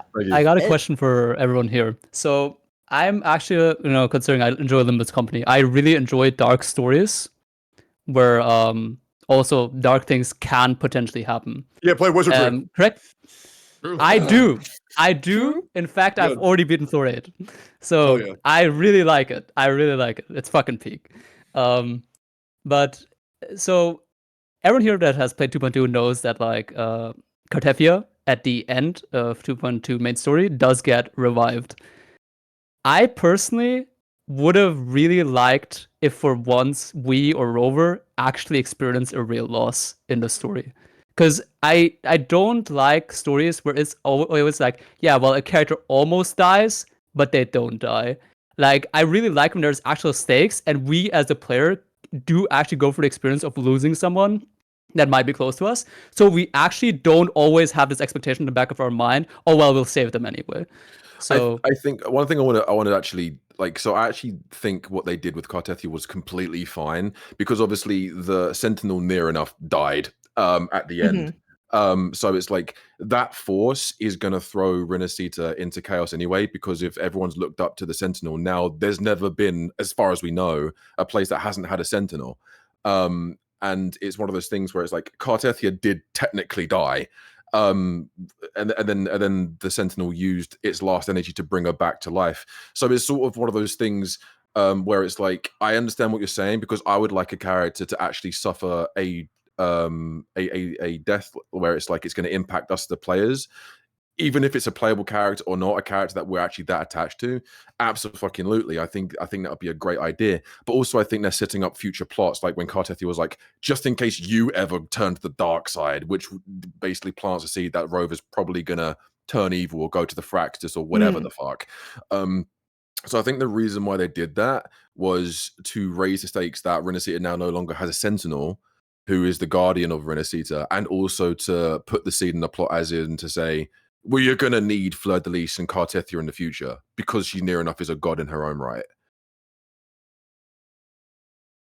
Yeah, that's completely fair. I just like, I feel like when stories shy away from actually displaying loss in the actual story, to me personally, they feel predictable. And you can say that she is necessary for the plot later, which is completely fine. She might play an important role, and that's completely okay. But when usually it always ends in a happy ending, in a sense, I feel personally like less fulfilled reading the story, because I like it when there's happy endings and also like neutral or bad endings, because then it keeps the option open that everything can happen. And it's unpredictable, and then you're even more excited to read and be engaged with the story because you don't know what's going to happen. Maybe the character will die, maybe they'll not die. And I mean, they kind of foreshadowed her death, right, throughout the entirety of 2.2. And I was genuinely looking forward to it. Not because I want the character to die, but because I was like, wow, they're doing something new? Like, is this actually going to happen? And then she just, didn't die, so that disappointed me a bit, but I obviously understand why they didn't let her die. I mean, she's either relevant for the plot or they want to sell the banner. I don't think we're attached to enough characters for any of them to die, to be honest. I feel like we need to like, if a character's gonna die, they shouldn't be like, hey, we just met you and now you're dead. It should be like this character's been with us for a bunch of patches, and then they like, then they go out some way or another. I feel like that's much more impactful. True. I would say at this point, if Abby were to die, I'd be fucking devastated because I fucking love that character. Yeah, that's true. That's true. Yeah. Abby's the one mascot in any gacha game I've played where I'm actually like, that I love, because like Abby adds to the story and doesn't actually repeat 20,000 times what you're saying to get the point across. And also it's one of those things where it's like when Abby comes out, it's of a relevant point. Like she's actually saying, by the way, I need to tell you this, and it's important because you haven't actually heard it. And it's like, oh shit, Abby actually added something rather than being annoying. I would say if you're looking for loss, you should play Genshin Impact, man. When Tepe died, man, that fucked me up. I cried for days, bro. I cried in my bed for a week. I was like if you cry every time.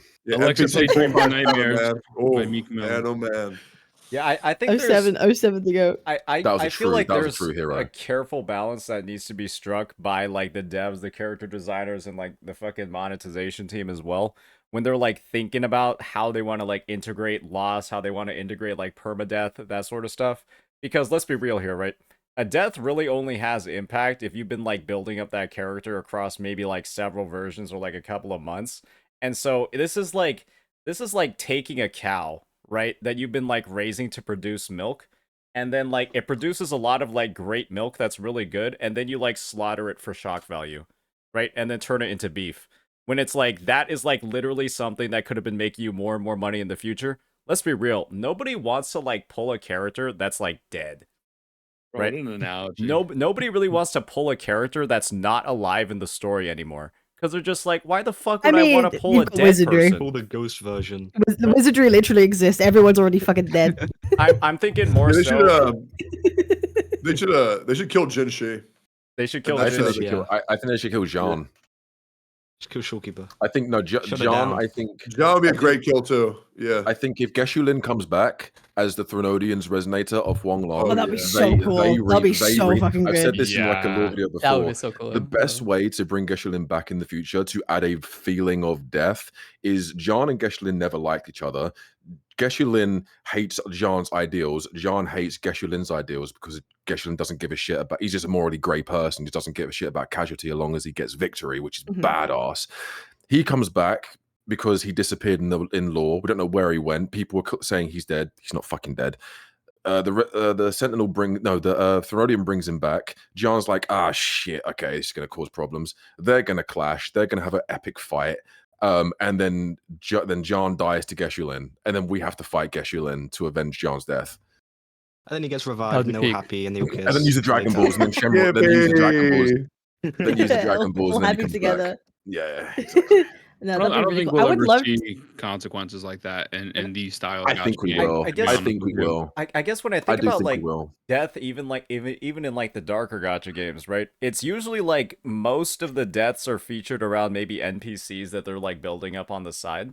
Not necessarily their playable characters super often, because obviously I've only played like one Canto of Limbus, and like the only person that dies in like the first Canto of Limbus, right, is like the red-headed person.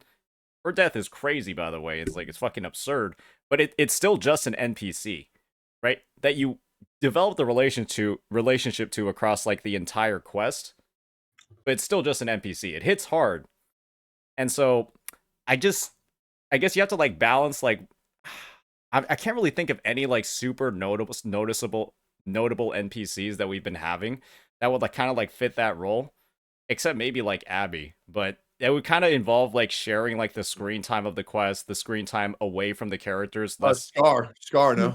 Scar. Oh, I mean, if he's just an NPC, sure, but I feel like most people know he's gonna be. You can't make him an NPC. Bring back the why do you think that? I have heard nothing about Scar being playable. I feel like what are you looking at? He's too iconic. They can't not make him playable. What are you looking at? His design isn't the Fraxidus.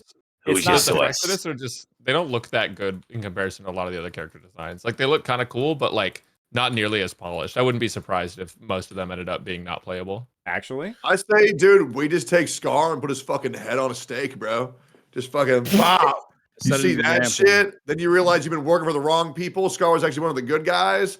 Yep, and then you got to kill That'd be GENSHIN, bro. You got to execute her. Damn, Good story writing. You hate Jitsi.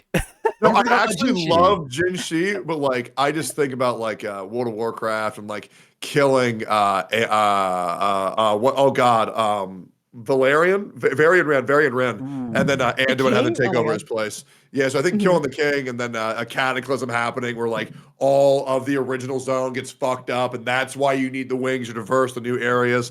I love when you take a new zone, you go through it Yeah. once, and then once you've beaten all that shit, then you get to go back and it's like all cataclysmic. I feel That's like what- that would be that's super. what- A that's WoW actually- cataclysm actually, moment would I- actually be that's- insane. I feel like we Yeah. just cracked the Exactly. code. They're gonna just kill the Sentinels. Yeah, They're gonna kill yeah, that's, Jue. that's Yeah. that's what the Fraxters wanted to do anyway. That's why 1.1 happened, because they were poisoning Jue in her hibernation So chamber. did the Fraxidus get what they wanted then in 2.2, and that's why they didn't intervene? Because I guess technically there, because because if you remember also at the end, there's a little scene where the spider lily petals, which is from Yep. Rover's signature thing, are floating around in the distance. So she's obviously watching what Rover is doing. So I think it's like, another piece of the puzzle finally. Yeah, we might have lost Yep. a Threnodium, but hey, it is fine. It's fine. But I think what Tectone said is literally on the nose. Have the breakout of Scar, where Scar breaks out, Frax just siege on Jinzhou, explosions everywhere, and it's like, Yep. oh no, Jue has to come back. You know, Overthrax now turns up. now they've implemented the mechanic like in the Avenolium where you could different states. Like, why couldn't they do that for like Huanglong or somewhere else? Different states of them, so who knows? Right. If that could be possible. Okay, awesome. I think that wraps up the 2.2 story. I do quickly really want to go over the new that have been coming out. I don't know how many of you have done what we have the crisis trials, we have the new holograms. How's Best event they've ever made, straight up. Yep. That shit It needs is. to be No, it is. permanent, It is. and it also It needs to is. be co-op, and that will fix every fucking gameplay problem in that game, because that shit is so much fun. Like, just genuinely. I think There's nothing That makes negative me about very it. happy that y'all are saying. So what is it? It's a new event that came out. It's yeah, literally it's called it's like Babel Tower. So you go in and you can put on a bunch of debuffs, and it makes the gameplay so much different. So in order to crack a shield, you need coordinated attacks. They spawn like those little ice things on the floor, and if you're not in the air, you fucking take immediate damage. There's some floors you spawn in with only 10% health, but you have to keep your rank at a S so you don't die. So like That was really good. Yeah, when that Yeah. released, I immediately went on vacation after crushing the 2.2 story, and I think that's the reason why I didn't really enjoy the 2.2 as much as I could have, because I was so rushed. I was catching it with Shinny at the same time. Yeah. So I guess I'll probably try that tomorrow on stream. That You sounds like a should. great time. It's Yeah, really right. good. It's really really fun. good. Prices. Besides, Yeah. besides Depths of Elusive Realm, that mode is like the next best thing. I'm like, holy think shit! so. I just want to play Depths, and I want to play this new game mode. The only other game mode that I think should be playable, because I know some people do want more multiplayer stuff, is the one that me and Kaz did it. Like Oh, it's so good. The room where you just basically, you and a teammate go through rooms, you complete puzzles, you beat mobs of enemies, and there's like loads of bosses and stuff, and I you think work it's coming in. together. I think no, it's it's this patch, right? Yeah, it's coming back, but it's not Yeah. permanent. It's not the permanent. it's the Yeah. co-op hologram bosses. That Yeah. that is probably Oh, the yeah. most fun. I honestly, we So were fun. talking about the whole Babel Tower thing, right? Pretty solid virtual crisis, really good. I think that I'm gonna be honest, it's a little bit too cheesable with certain units. Like I'm 99% certain if you just have Brant on your team, you're actually just immortal. So that's like true.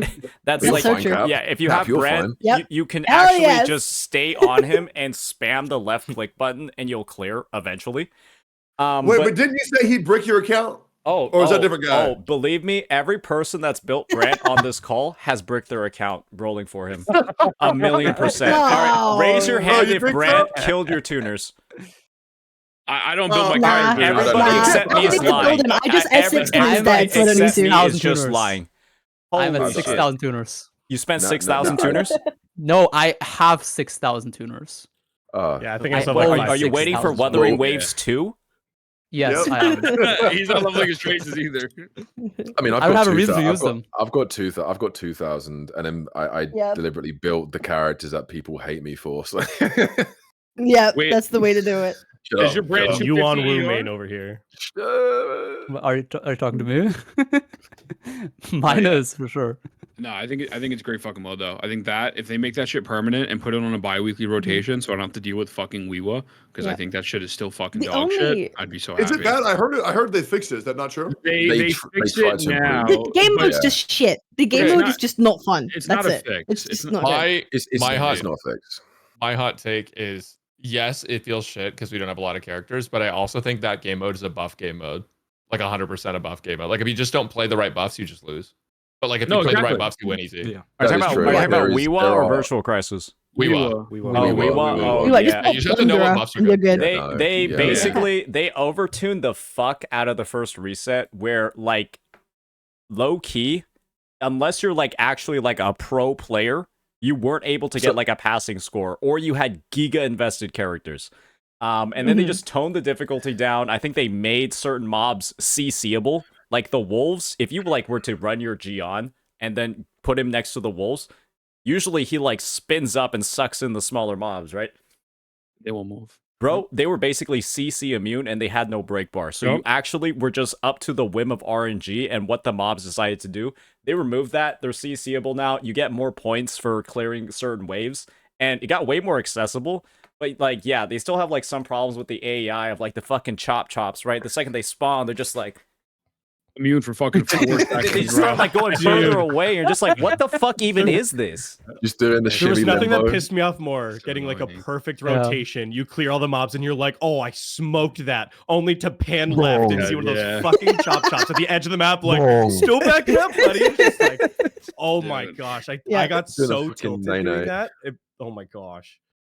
No, Yeah, it's pretty fucking difficult. We were is literally doggy doo doo. Like that shit is dog shit. I can't stand it. Even is it the fantasies or fantasias or whatever it's fucking called? The depths of Lucifer Realm. The weekly event. Yeah, even that, like even that, I play that and go, it's tolerable, but this isn't what we wanted. Like if they've gone, oh, they want depths of Lucifer Realm, well, we'll do you one better. No, you didn't do us one better. You just one worse. I like that game mode. It's kind of just like it's fun for a little bit of just like dumb synergy where you can like personally the most fun I have in this game is when I can pick up like a buff that increases attack speed. Right? And that's like the one game mode where you can do that, and you're just fucking like going on in your Camellia. You're like spinning like 3 times faster than normal. It's just like fun to just do like dumb stuff and experiment with that. One thing I will say, I love like because obviously I have done those kind of buffs where I'm attack speed specifically. I try and get as many as possible. So even if I'm using like a melee character like Yuan Wu, he's punching like he's like bloody like some proper anime character or like bloody Bruce Lee, where he's just punching 1,000 punches a minute, and it's hilarious to see. It's so funny.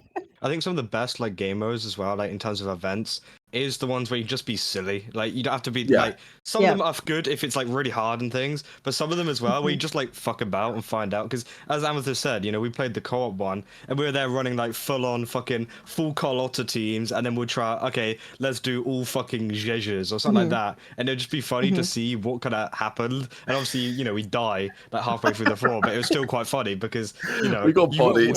No one knows what's gonna happen when you got like 3 Yuan Wus like attacking a hologram, you know? So yeah, it's quite interesting. Yeah, no, they make for great events. They definitely make for great events, but not necessarily great end gamers. And it's one I kind of wanted to touch on real quick with Crisis Trials. If they made that an event, like not an event, an actual end game, they're gonna obviously polish it up and make it more difficult than it currently stands, right? Because there's no way that they're gonna keep it. The event isn't particularly hard. I don't know how anyone else found it. Like I did the whole thing, like max with like an Era Rover main DPS. It's not hard at all. So they obviously would have to ramp up the difficulty. But do you think because you wouldn't be able to have trial characters for that people might actually not favor it as much because suddenly you do need a roster of characters? Do you think that would be a problem? I don't think it would be too big of a problem. It's an end game, right? What's the difference between that and WUWA not having Roshi or Gian? You know, I mean, it would suck. Like it would suck for some players. I don't think, but I don't know. I think it'd be fine. I think that's like the best content to me they've made other than Elusive Realm. I feel like that should be the end game. It's a hologram boss moveset with a bunch of fucking random bullshit thrown at you. You got to dodge. You have to parry. I mean, you get like Yuan Wu for free. So like the coordinated attacks, like let's say you get something like that buff, like everyone's gonna have access to it. So I don't know, but I mean, I definitely get that. But if it's an end game mode, Is it supposed to be accessible day one? I don't know. I think it would be more just accessible than see WUWA though. That too, but I think it's more accessible than like accessible. playing WUWA, right? You know. I just hope they don't character lock. Like if they decide to like bring it back and like rerun it, and then they start like character locking like the different stages. So like kind of like a Tower of Adversity or whatever. Like there's like only enough like stamina. You can only bring them in one stage. That would be kind of like that would be dog. Like I like that you can just like use whatever characters you want to go into like the different stages for the different bosses. A little bit of me, but they did Carlock though because like because dungeon mains are down bad right now, bro. They can't fucking do this shit solo. This is the first thing dungeon mains can't do solo, man. I can't post this on Twitter. What the fuck? They just You can't say do it. can't, but these guys are working on it right now. They're figuring that out. Absolutely. Dude, someone's gonna plaster my fat face in a thumbnail and Billy. He said I couldn't do it. Absolutely. Speaking of dungeon mains and soloing, hologram. How many have you done Dragon of Dirge? Oh, first I time. have That's solos. a piece of piss. That's a piece of piss. Anyone that struggled with that, I'm sorry, man. Like, what the fuck are you doing? I literally, I'm sorry. I literally sat there and was like, oh fuck, here we go again. Really? Like, people literally, it's the highest viewer count I ever had because I know how fucking pissed off I got of all the others, and then I did it first time, and I was like, oh, I was expecting some crazy Bale from bloody Elden Ring to just kill my ass like Placidusax, god of the dragons, but no, instead I got a bloody squishy bloody dragon that just wants to keel over and go, oh, kill me, I'm here for free. And I just felt like, okay. I was like, okay, just use Carlotta and you're fine. Can we talk about how fucked up that fight is if you're using a melee character? Like, absolutely, it's bro. just, I'm pretty annoying. sure it's just not playable. Like sure, like definitely there are people that do it, but I'm like over here, you can't even see what the boss is doing because you're so zoomed in. You literally fucking cannot. The camera angles are ass. Like it rotates you around so much, and dog shit. Like, I hate that. I was using my Geon, and even I was for like an hour. Bro, yeah. S5. S5. Yeah, okay. I still did it pretty quickly. Okay. S5, bro. You got S5. I'll do it with the Rover tomorrow. It's fine. Dude, no, but like I feel like I'm the only human being who thought it was fun, and I actually thought it was a bit more. I don't know.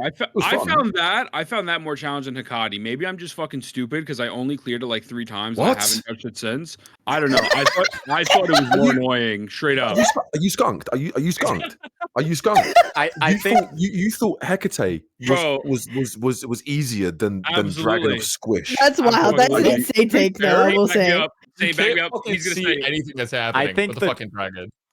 That's what I'm saying. I think the dragon is harder than Hikari if you're using a melee character, but if you're using like range, like Phoebe or Carlotta, the dragon is legitimately a joke. I think I just straight up first timed it using a ranged character because I was just like, you can see everything the dragon is doing, and like it's kind of fucking slow. But when you're like close up and the camera angle is just fucking you, yeah, it's a completely different story. Yeah. No, great. Well, moral of the story: don't use melee characters unless you have an S5 John. No, and melee. You're fine. No, okay. Listen, melee characters are overall hologram in comparison to anyone with range. That's just it. Like any of the holograms. I would say like more of the story is pull for Carlotta. I mean, no, legit. That's just by Bro, I agree with that. Yeah, I was gonna say, where's Brax? As a member of the Montellis, you need to pull for Carlotta immediately. If you have Cantarella, it's an instant L, and you die immediately. Sorry. That's what I'm saying. Yeah, my buddy pulled Cantarella, and he was dead in his house the next day. It was insane. Exactly. Bro, listen. Can we talk about Carlotta being like the best character they could have released in 2.0? She's like an actual crutch. She's like the wheelchair executor.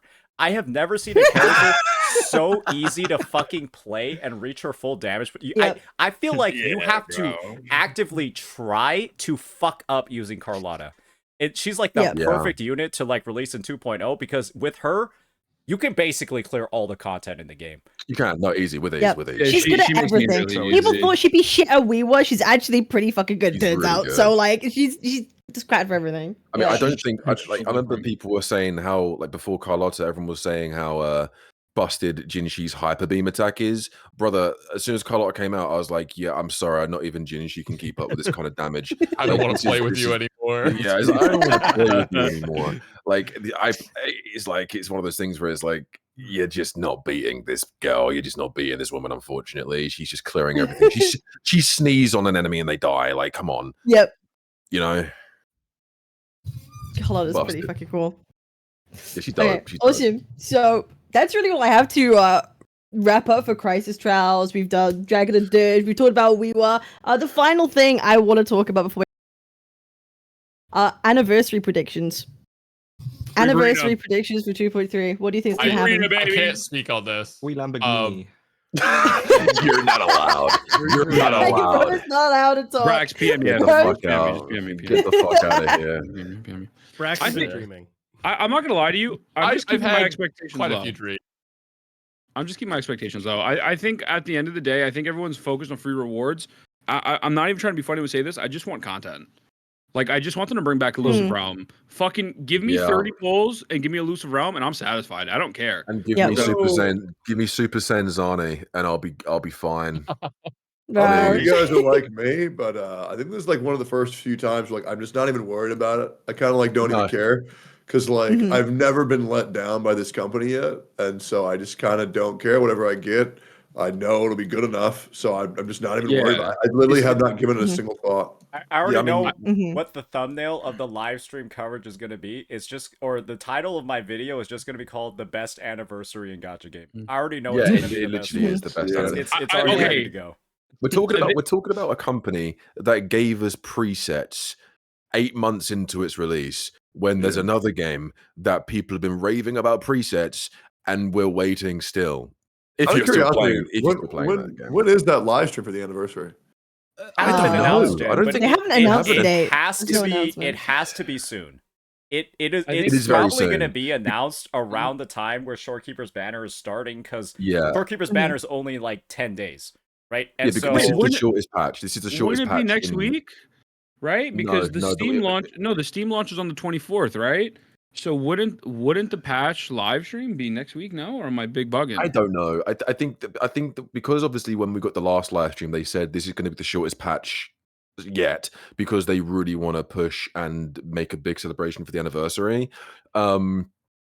So it should be within the next couple of weeks. It should be within the next week or two, ideally, realistically. So stay tuned for that. Wow. Oh, Steam launch is the 29th. Oh. Honestly, Steam launch is going to be so good for the game. I don't care what people say. It's the numbers. enormous. It's going to be so fucking huge for the game. Fucking I was talking with Shinya about this, though. They really need to make sure that they like go back and fucking make 1.0 more tolerable for a normie. Like, they really have to, because like that Steam release is going to be fucking huge, but they got to make that 1.0 more tolerable for like the average person. I think with the anniversary as well, like a free character would help out that kind of thing as well, you know, because obviously a ton of people are going to be downloading from Steam, new player, whatever, and he's like, oh, sweet, I get a free like limited 5-star sign. That'd be sick. Dude, I cannot tell you how many friends I have that played Wuthering Waves. This is what people who don't talk about enough, actually. People who want to play Wuthering Waves, but they don't have Shorekeeper or Verena, and they're just like, I don't want to play this game because I just don't have a fucking healer, so I'm just going to not play the fucking game. I really feel like they need to make more or make a better 4-star healer option because Baiji just fucking ain't it. Plus, we just need 4 stars in general, man. We just need more 4 stars in general. That is also a really good point. There's no fucking 4 stars that are good anymore. Well, they're all good. No 4 stars at all.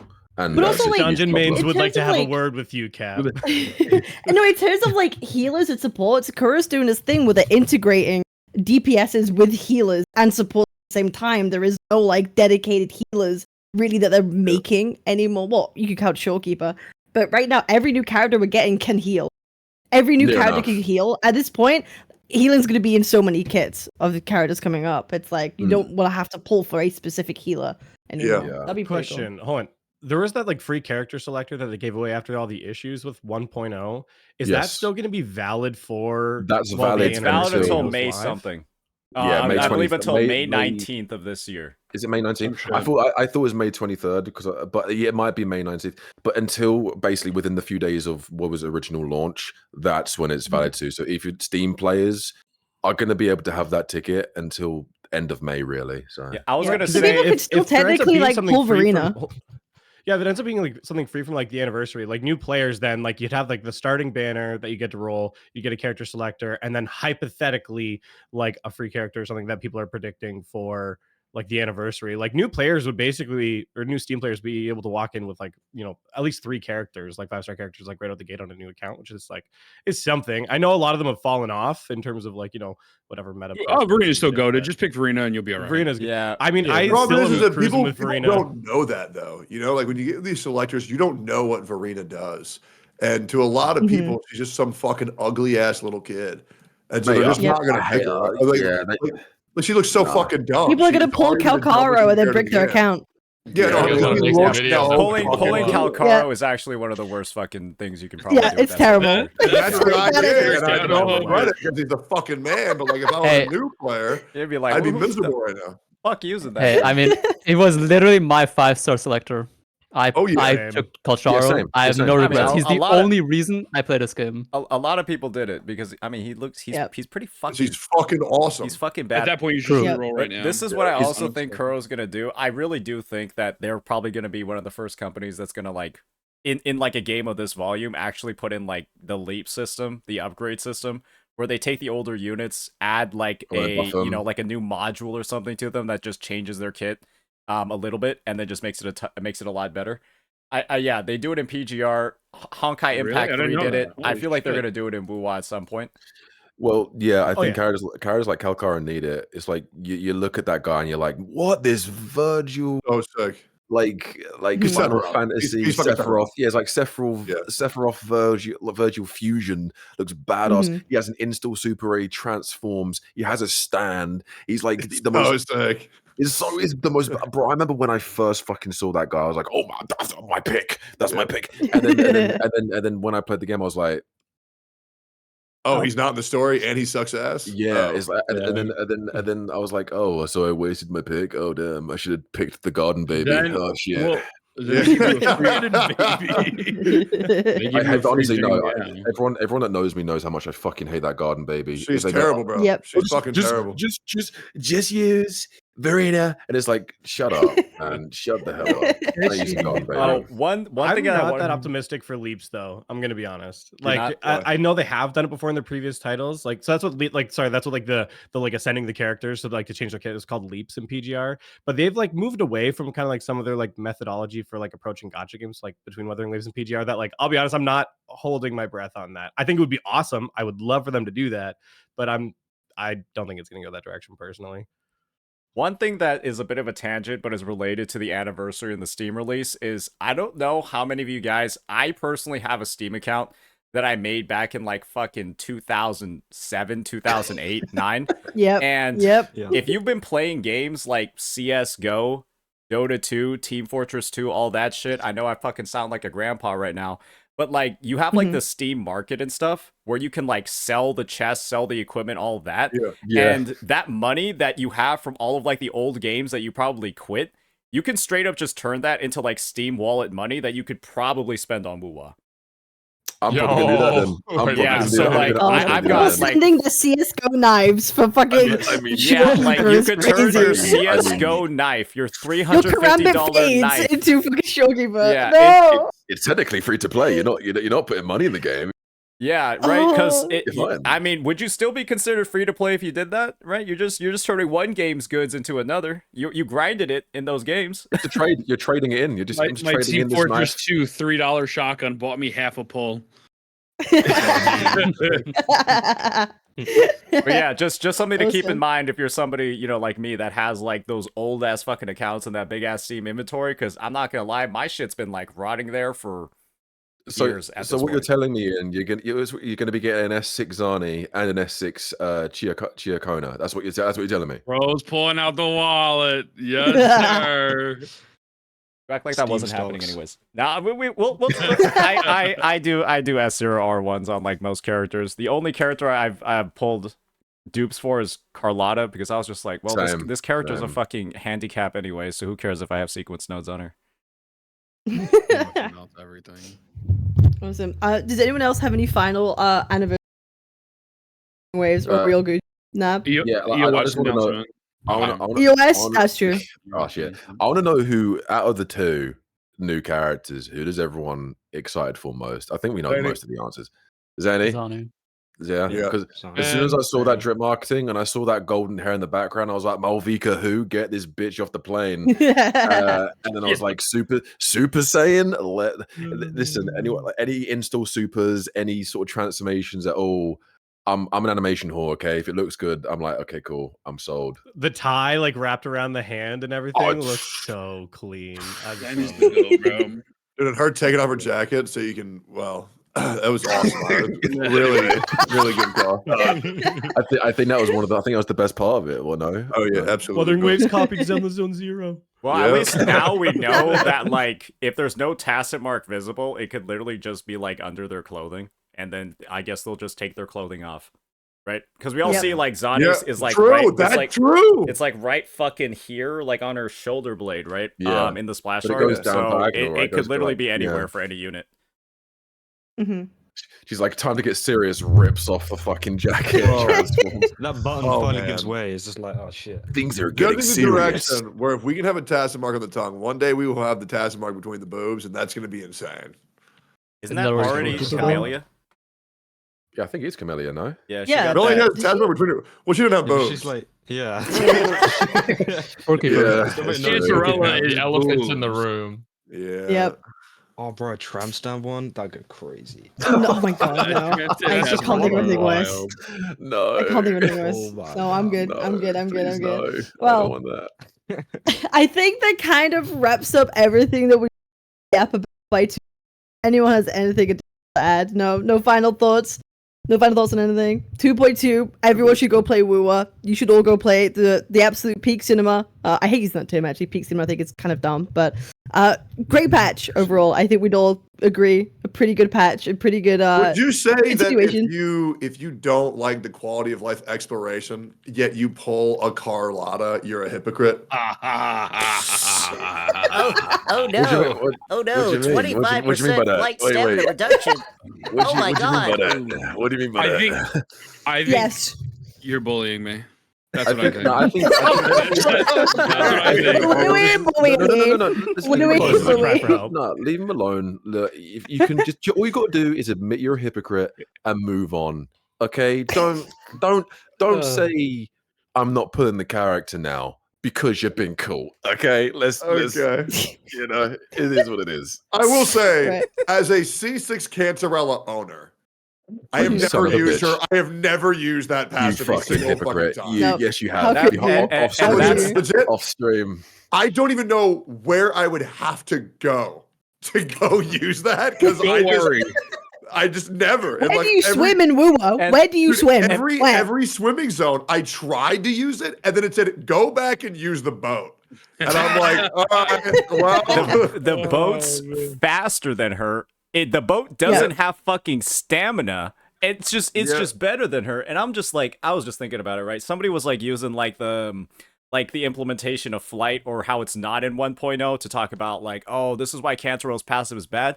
Where the fuck can you even swim in 1.0? I don't even know where you can swim on that There's map. nothing. also Yeah. Go off the no. coast. No, just Like, go- That's find me a insane. spot where you actually swim and it's longer than like 2 seconds in a little puddle.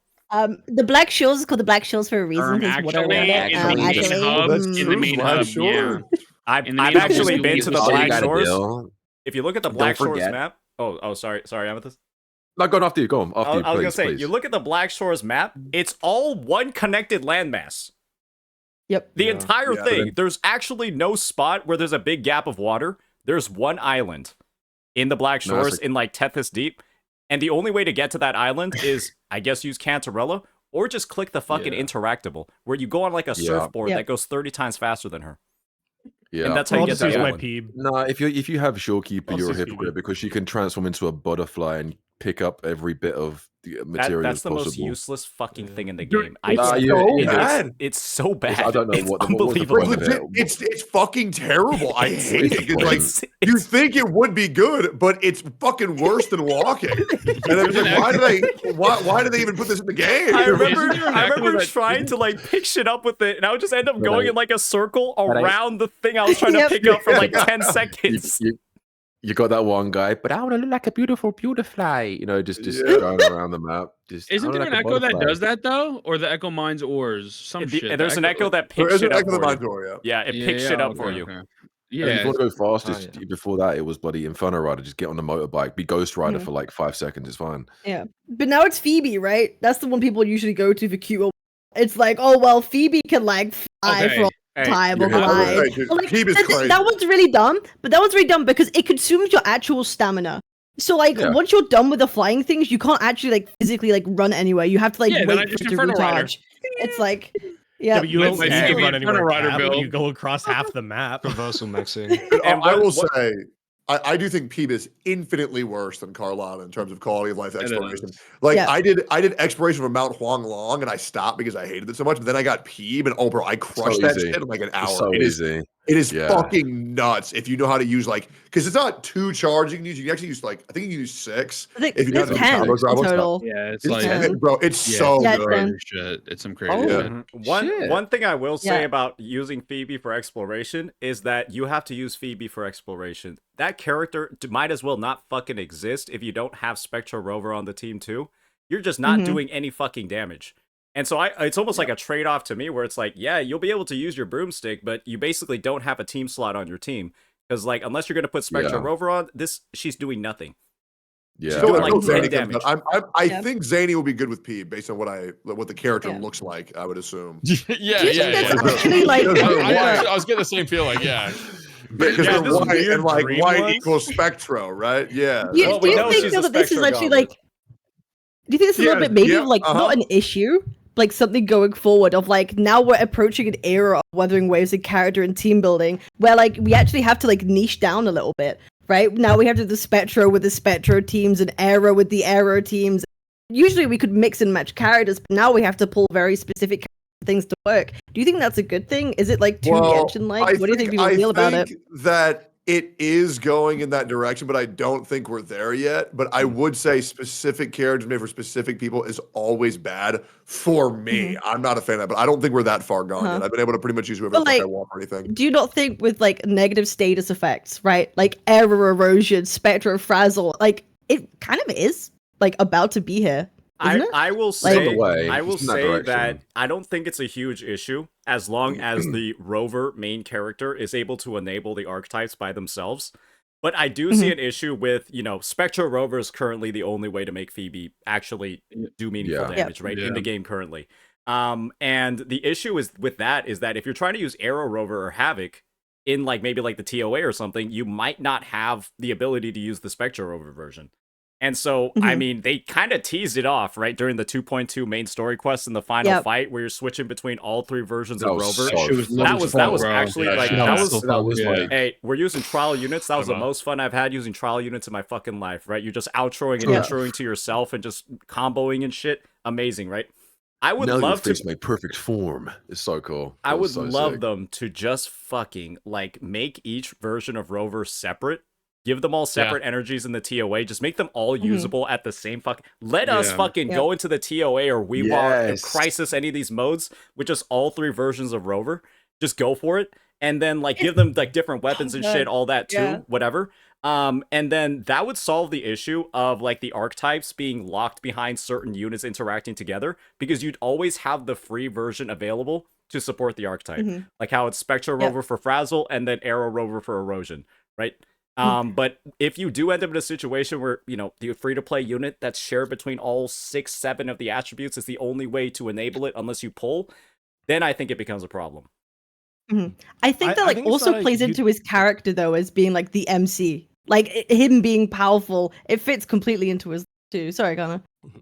I was gonna say I don't think it's a huge issue as like it for there to be like a best in slot for the teams, as long as the characters are still like functioning outside of those teams in like alternative ways. And actually, I think like personally, I was okay with like how Cantarella was set up, where clearly she's being set up for another character like down the line to be like a best in slot like support for. However, she can still be used with other characters that exist in the game. Like you can use her on a Camellia team. Like is she the best in slot? No, but like she's 100% is going to function in there too. So I think it's like as long as those other like alternative like uses, or these characters are flexible on other teams, maybe not the meta way, but still work well. I personally don't care about best in slots. I agree with you. I honestly think that sometimes we get a little too hyper focused with that. I've been a victim of that myself. Like Cantarella is just fine, and I also would rather them drop a character who is not 100% required now, so you have the option to get them if you want to, but you don't feel the need to pull, and then eventually they'll drop the best in slot with that character at that time, as opposed to the opposite. I don't know. That's how I feel. Brax, you're gonna yell at me? No, I was gonna say that I actually think that people are taking this problem, or like taking this as a problem, when the problem was initially that we actually just didn't have enough characters in the game that synergized with anyone. Yeah. Right, because like before, when this game started, the team building thing is like you had like a few teams that were like actually teams. Everything else was just like random bullshit that you play together. Yep. And I feel like that's still, like, to an extent, that is a lot of WUWA. It's just now that we know that, like, oh, this character buffs skill damage, so they work with Carlotta, and there's like 4 characters that can do that now, so now you can throw them in with Carlotta. I don't feel like designing characters around other characters is bad, because when there are characters that are inevitably similar to those other characters, that means that they pair with them. Right. True. I think the Phoebe, I think the Peeb, like, Rover thing is a little specific right now, just because we don't have a lot of Spectral options. But like maybe Zani comes out, and then it's like maybe you don't need Spectral Rover, or maybe you don't need Peeb, or like however that may end up working out. So I feel like before we just didn't have a lot of characters. Now we're getting a lot, and they're working into their own specific teams. And I think the biggest part about the whole like biz focus is that I do think we are HSR brain rotted, where if you don't have the biz team, just go fuck yourself in MOC, right? Like, it's actually like fine. Go fuck yourself. You're not clearing.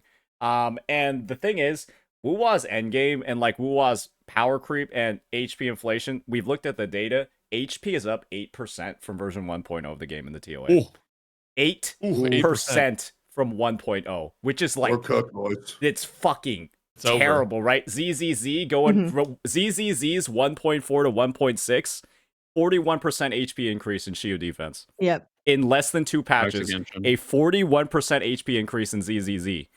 WUWA, and you said 8% in WUWA? 8% from 2.2 to 1.0. No, yeah, by the time we get to 30.2, man, that's going to be a 600% increase. Yeah, right? yeah. We just gotta wait until version 70 of the game, and we might be where HSR is. No, this is we need to hammer this down now. We need to make it that we turn that 8 into a 4. Shit.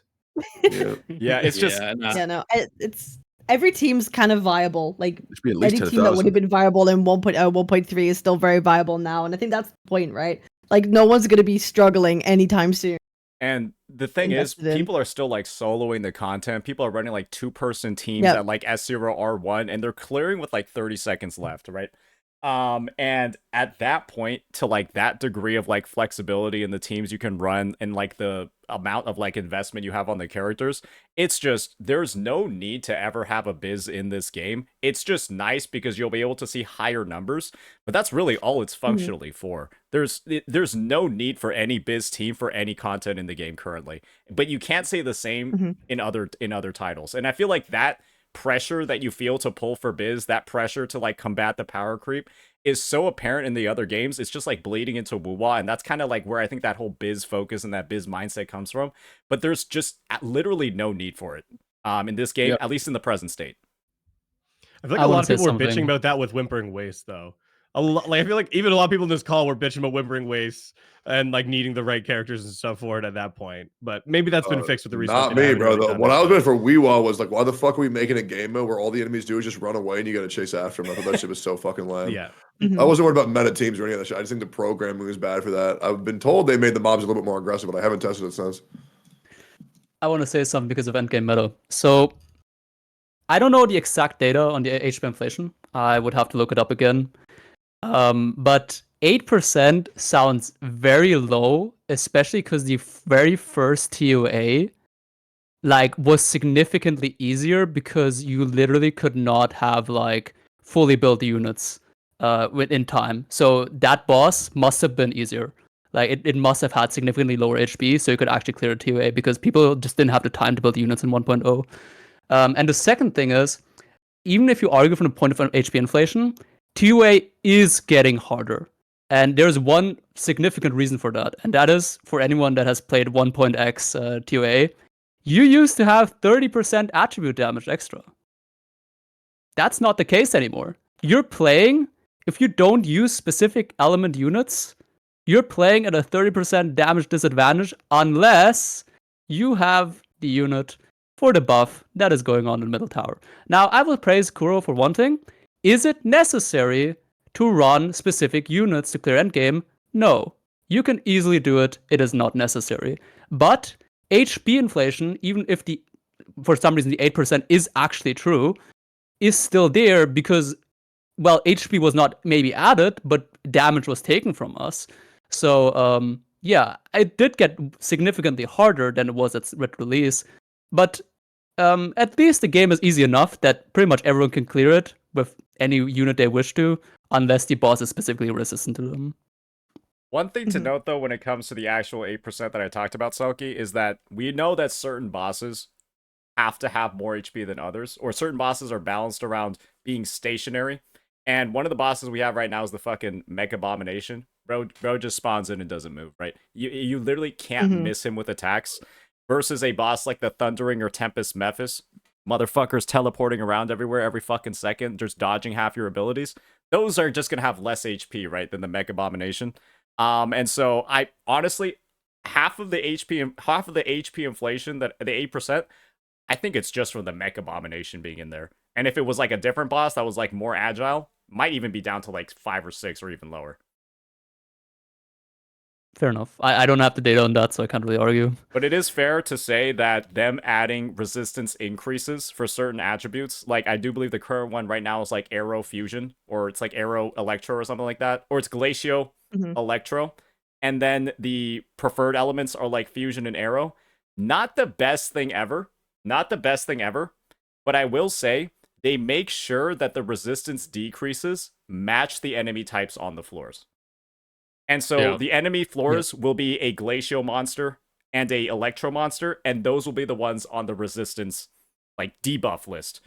When in reality, right, you shouldn't be using those characters anyway because there's already an attribute disadvantage just from facing them against the boss. So it's not like they're like double or triple dipping, where it's like Glacio and Electro boss, and then Fusion and then the other element are also debuffed as well. So it's like you only have like 2 characters on the roster you can use. They're, you know, if they do go there, then there's probably going to be a problem. But since they match it up with the enemy types you're going to be seeing anyways, you're kind of like, most players wouldn't even use those units in the first place. Could you imagine they pivot all the buffs so like only the banner unit is the only character that has like the buffs in TOA, and it's just like, if you want to beat it, gotta pull the new fucking character. That'd be dog. Gotta pull Zanny. Well, brother. hopefully. That's it. That solves all the problems. Is pulling Zanny. Hey, but think That's about really it. Right? Think about it this way as well. Every single version Just don't of be Rover, greedy and stupid. It's fine. every single version of Rover has had like the ability to be a DPS or like be a carry of a team.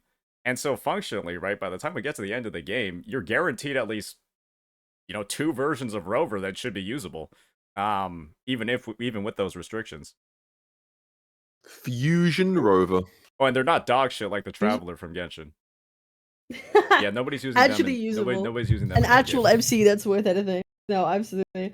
Also, I don't know. It's a pretty cool water gun we got in Fontaine. I'm not gonna lie. Oh my fucking! Is Pyro Traveler even any good? Does anyone play Genshin? Is Pyro Traveler? They're good if you seen don't some have like players. any of the other Outland characters. Okay. Well. Oh, so that answer. Okay, there you go. Then there's your answer. So no. No. Hey, Pyro Traveler No. is one of the only Pyro characters in that land. The only other one is the Archon, the region of Pyro. Ugh, fucking To be hell. fair, it's better than Okay. Hydra. Like, I don't know what the as fuck long as they were it's even better than the thinking with previous Hydra one. Traveler, man. Like, I have No. no idea how they were like, Ooh. yeah, this is good, guys. Keep this in the game. Well, no. So Like, the thing Dendro is, Traveler like, was like actually really good. Like Dendro Traveler was pretty solid at the time. but, yeah. Dendro Traveler's only good because Dendro's broken. That motherfucker's ass, bro. I'm just gonna keep it a stack. Anyone who tells you Just the otherwise, Dendro fuck They application, lying, bro. literally added He's a weak. limitation to Dendro Traveler's kit where you can't use them with Pyro because their lamp fucking explodes. Yeah, Are you, and then like, if you why? don't. If Why? you don't have Fav or Sack, you're fucked. Like it's not it. Like that motherfucker's ass, bro. It's ass. He's weak. Awesome. Well, I think that kind of wraps up everything we all want to yap about with 2. I think wrap it up here. I appreciate everybody who has been on today. We've had a lot of discussions about story, about characters, about plot, about events, about end games. And I think overall we could all safely say 2 has been a pretty good patch, right? Solid. Nah, it was alright, man. I'm not gonna lie, bro. alright, It's man. cool. I'm gonna go play Wizardry. I'm good. Yeah, that's it. Right. Now you've all played 2.2 in WUWA, you should all go play Wizardry instead. Like that's what should happen now. You've done 2.2, now play Wizardry. You know? Yeah. I'm starting it tomorrow on stream. Yeah, Wizardry. Yeah. Oh my god. Okay, base. I'll have to watch that. I'm gonna That's go pull Castorus. You know. I feel like, you know. Oh yeah, who's pulling Castorus on this call? Who's pulling Castorus on this call? I am. I don't know, guys. I'm Who's pulling Castras? I'm pulling Castorus. I'm Brax, doing it. you know what? I'm gonna pull in solidarity with you. Fuck this shit. I'm getting on the game right now. I'm launching it. You know what's crazy? I'm so detached from Honkai Star Rail, I actually forgot who the fuck that was. I was like, is that the name of the bard chick or who the fuck even is that? I haven't played HSR since Face Shao came out. Ooh. I haven't played it since Jing Yuan. Your account's Since Jing Yuan. Okay, so you haven't played the game, Selkie. You haven't played the game. No, 1.0 was. just haven't played I don't it. care what anyone says. 1.0 was really good. Everything after that, I wasn't I interested think in. everyone agrees that HSR 1.0 was a very, very good patch. Yeah. Amazing. Oh, yeah. Like, It was so probably good. one of the Bellabog was best in dope. gacha Bellabog was history, dope. for frankly being honest. Yeah.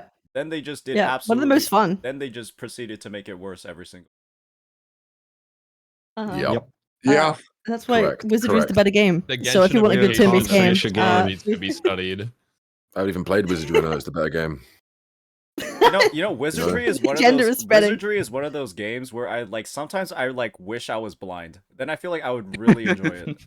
Bro, if you get over the graphics, I'm telling you, the graphics aren't even that bad. Like straight No, up. it's like, it's like, nostalgic. used to it. That's what it is. You get used to it. It's You actually such- kind of like end up liking them. It's like actually this like fits. It just fits There's somehow. been It's times also where challenging, like off rep. Like it's a hard video game. yeah, like just there's been fun. times where I've been in one of your streams watching Wizardry for the first time. Like, what the fuck? Oh, actually, oh shit. Let me hold on. Let me watch this shit. I love this shit. What is this? And What then if I'm- what level are we in Wizardry? Out of curiosity. Before I'm early. Oh, bro. I'm level 200. Dunno. So actually you can't get to level 200. So No, I just like I've- I I've just keep counting. I'm Yeah. just stuck Yeah, at it all 100. the level Level 11, Yeah, right? that Level makes level sense. 11. No, that makes sense.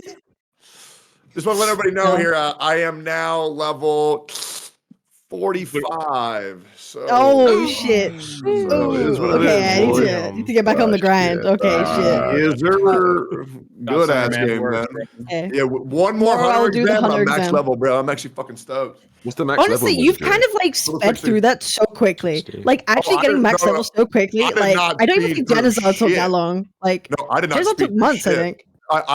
I've played like fucking 280 hours. Right, but like it's such a short space of time. I mean, like in terms of like days. But yeah, right? like I'm not, like I am taking my time with everything, and it's just Yeah. fucking so good, man. I played this whole. Not sure if you could tell. I played this whole fucking podcast, bro. It was so good, man. I Then haven't I even got tried stuck, it. so I had So to I keep on keep, using my phone to figure out what the fuck I'm doing right now. It's insane. I haven't tried it yet. So I keep hearing you saying Hunter exam, and I just keep thinking of Hunter every time. That's the whole or Hunter point. Yep, Hunter. absolutely. Yep. Yeah. It's Yep. code. It's code. It's code.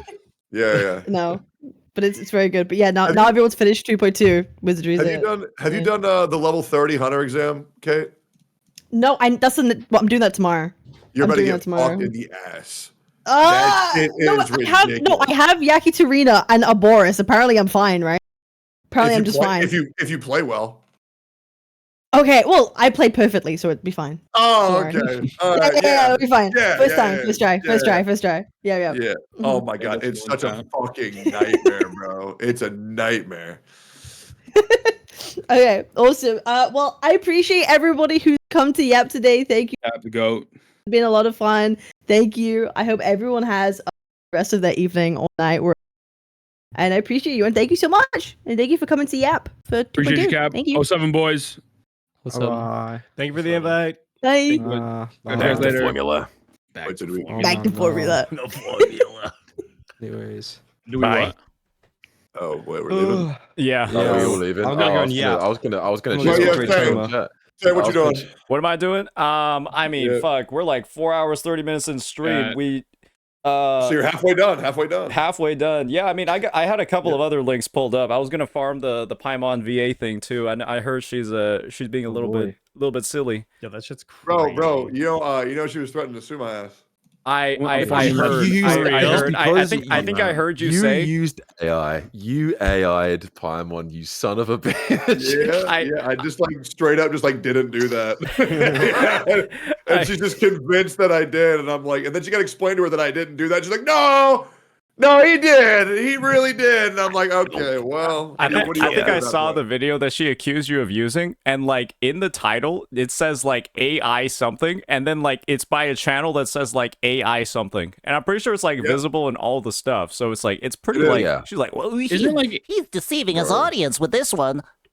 Yeah, it's like an real Paimon versus bootleg Paimon from AI Makes with 48 subscribers. And bootleg Paimon's better. Yep. Because bootleg Paimon doesn't fucking talk on Twitter. It's great. Fucking worry about what retarded ass shit they're gonna say today. Did you see the TikToks on Darkos88 she made? It was crazy. Like she was blaming all of her like illnesses and stuff on him. Like essentially being like, "You're the reason why I'm throwing up every night." And it's like, brother, what the fuck? Like, holy shit.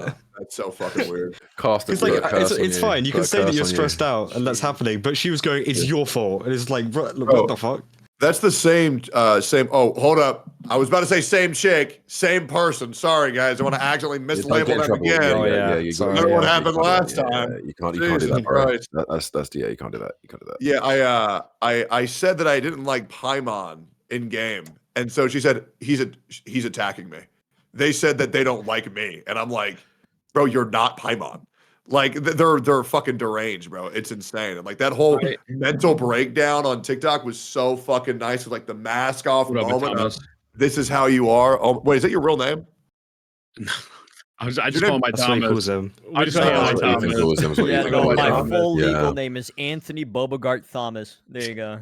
Bobogart? Bobogart, baby. What?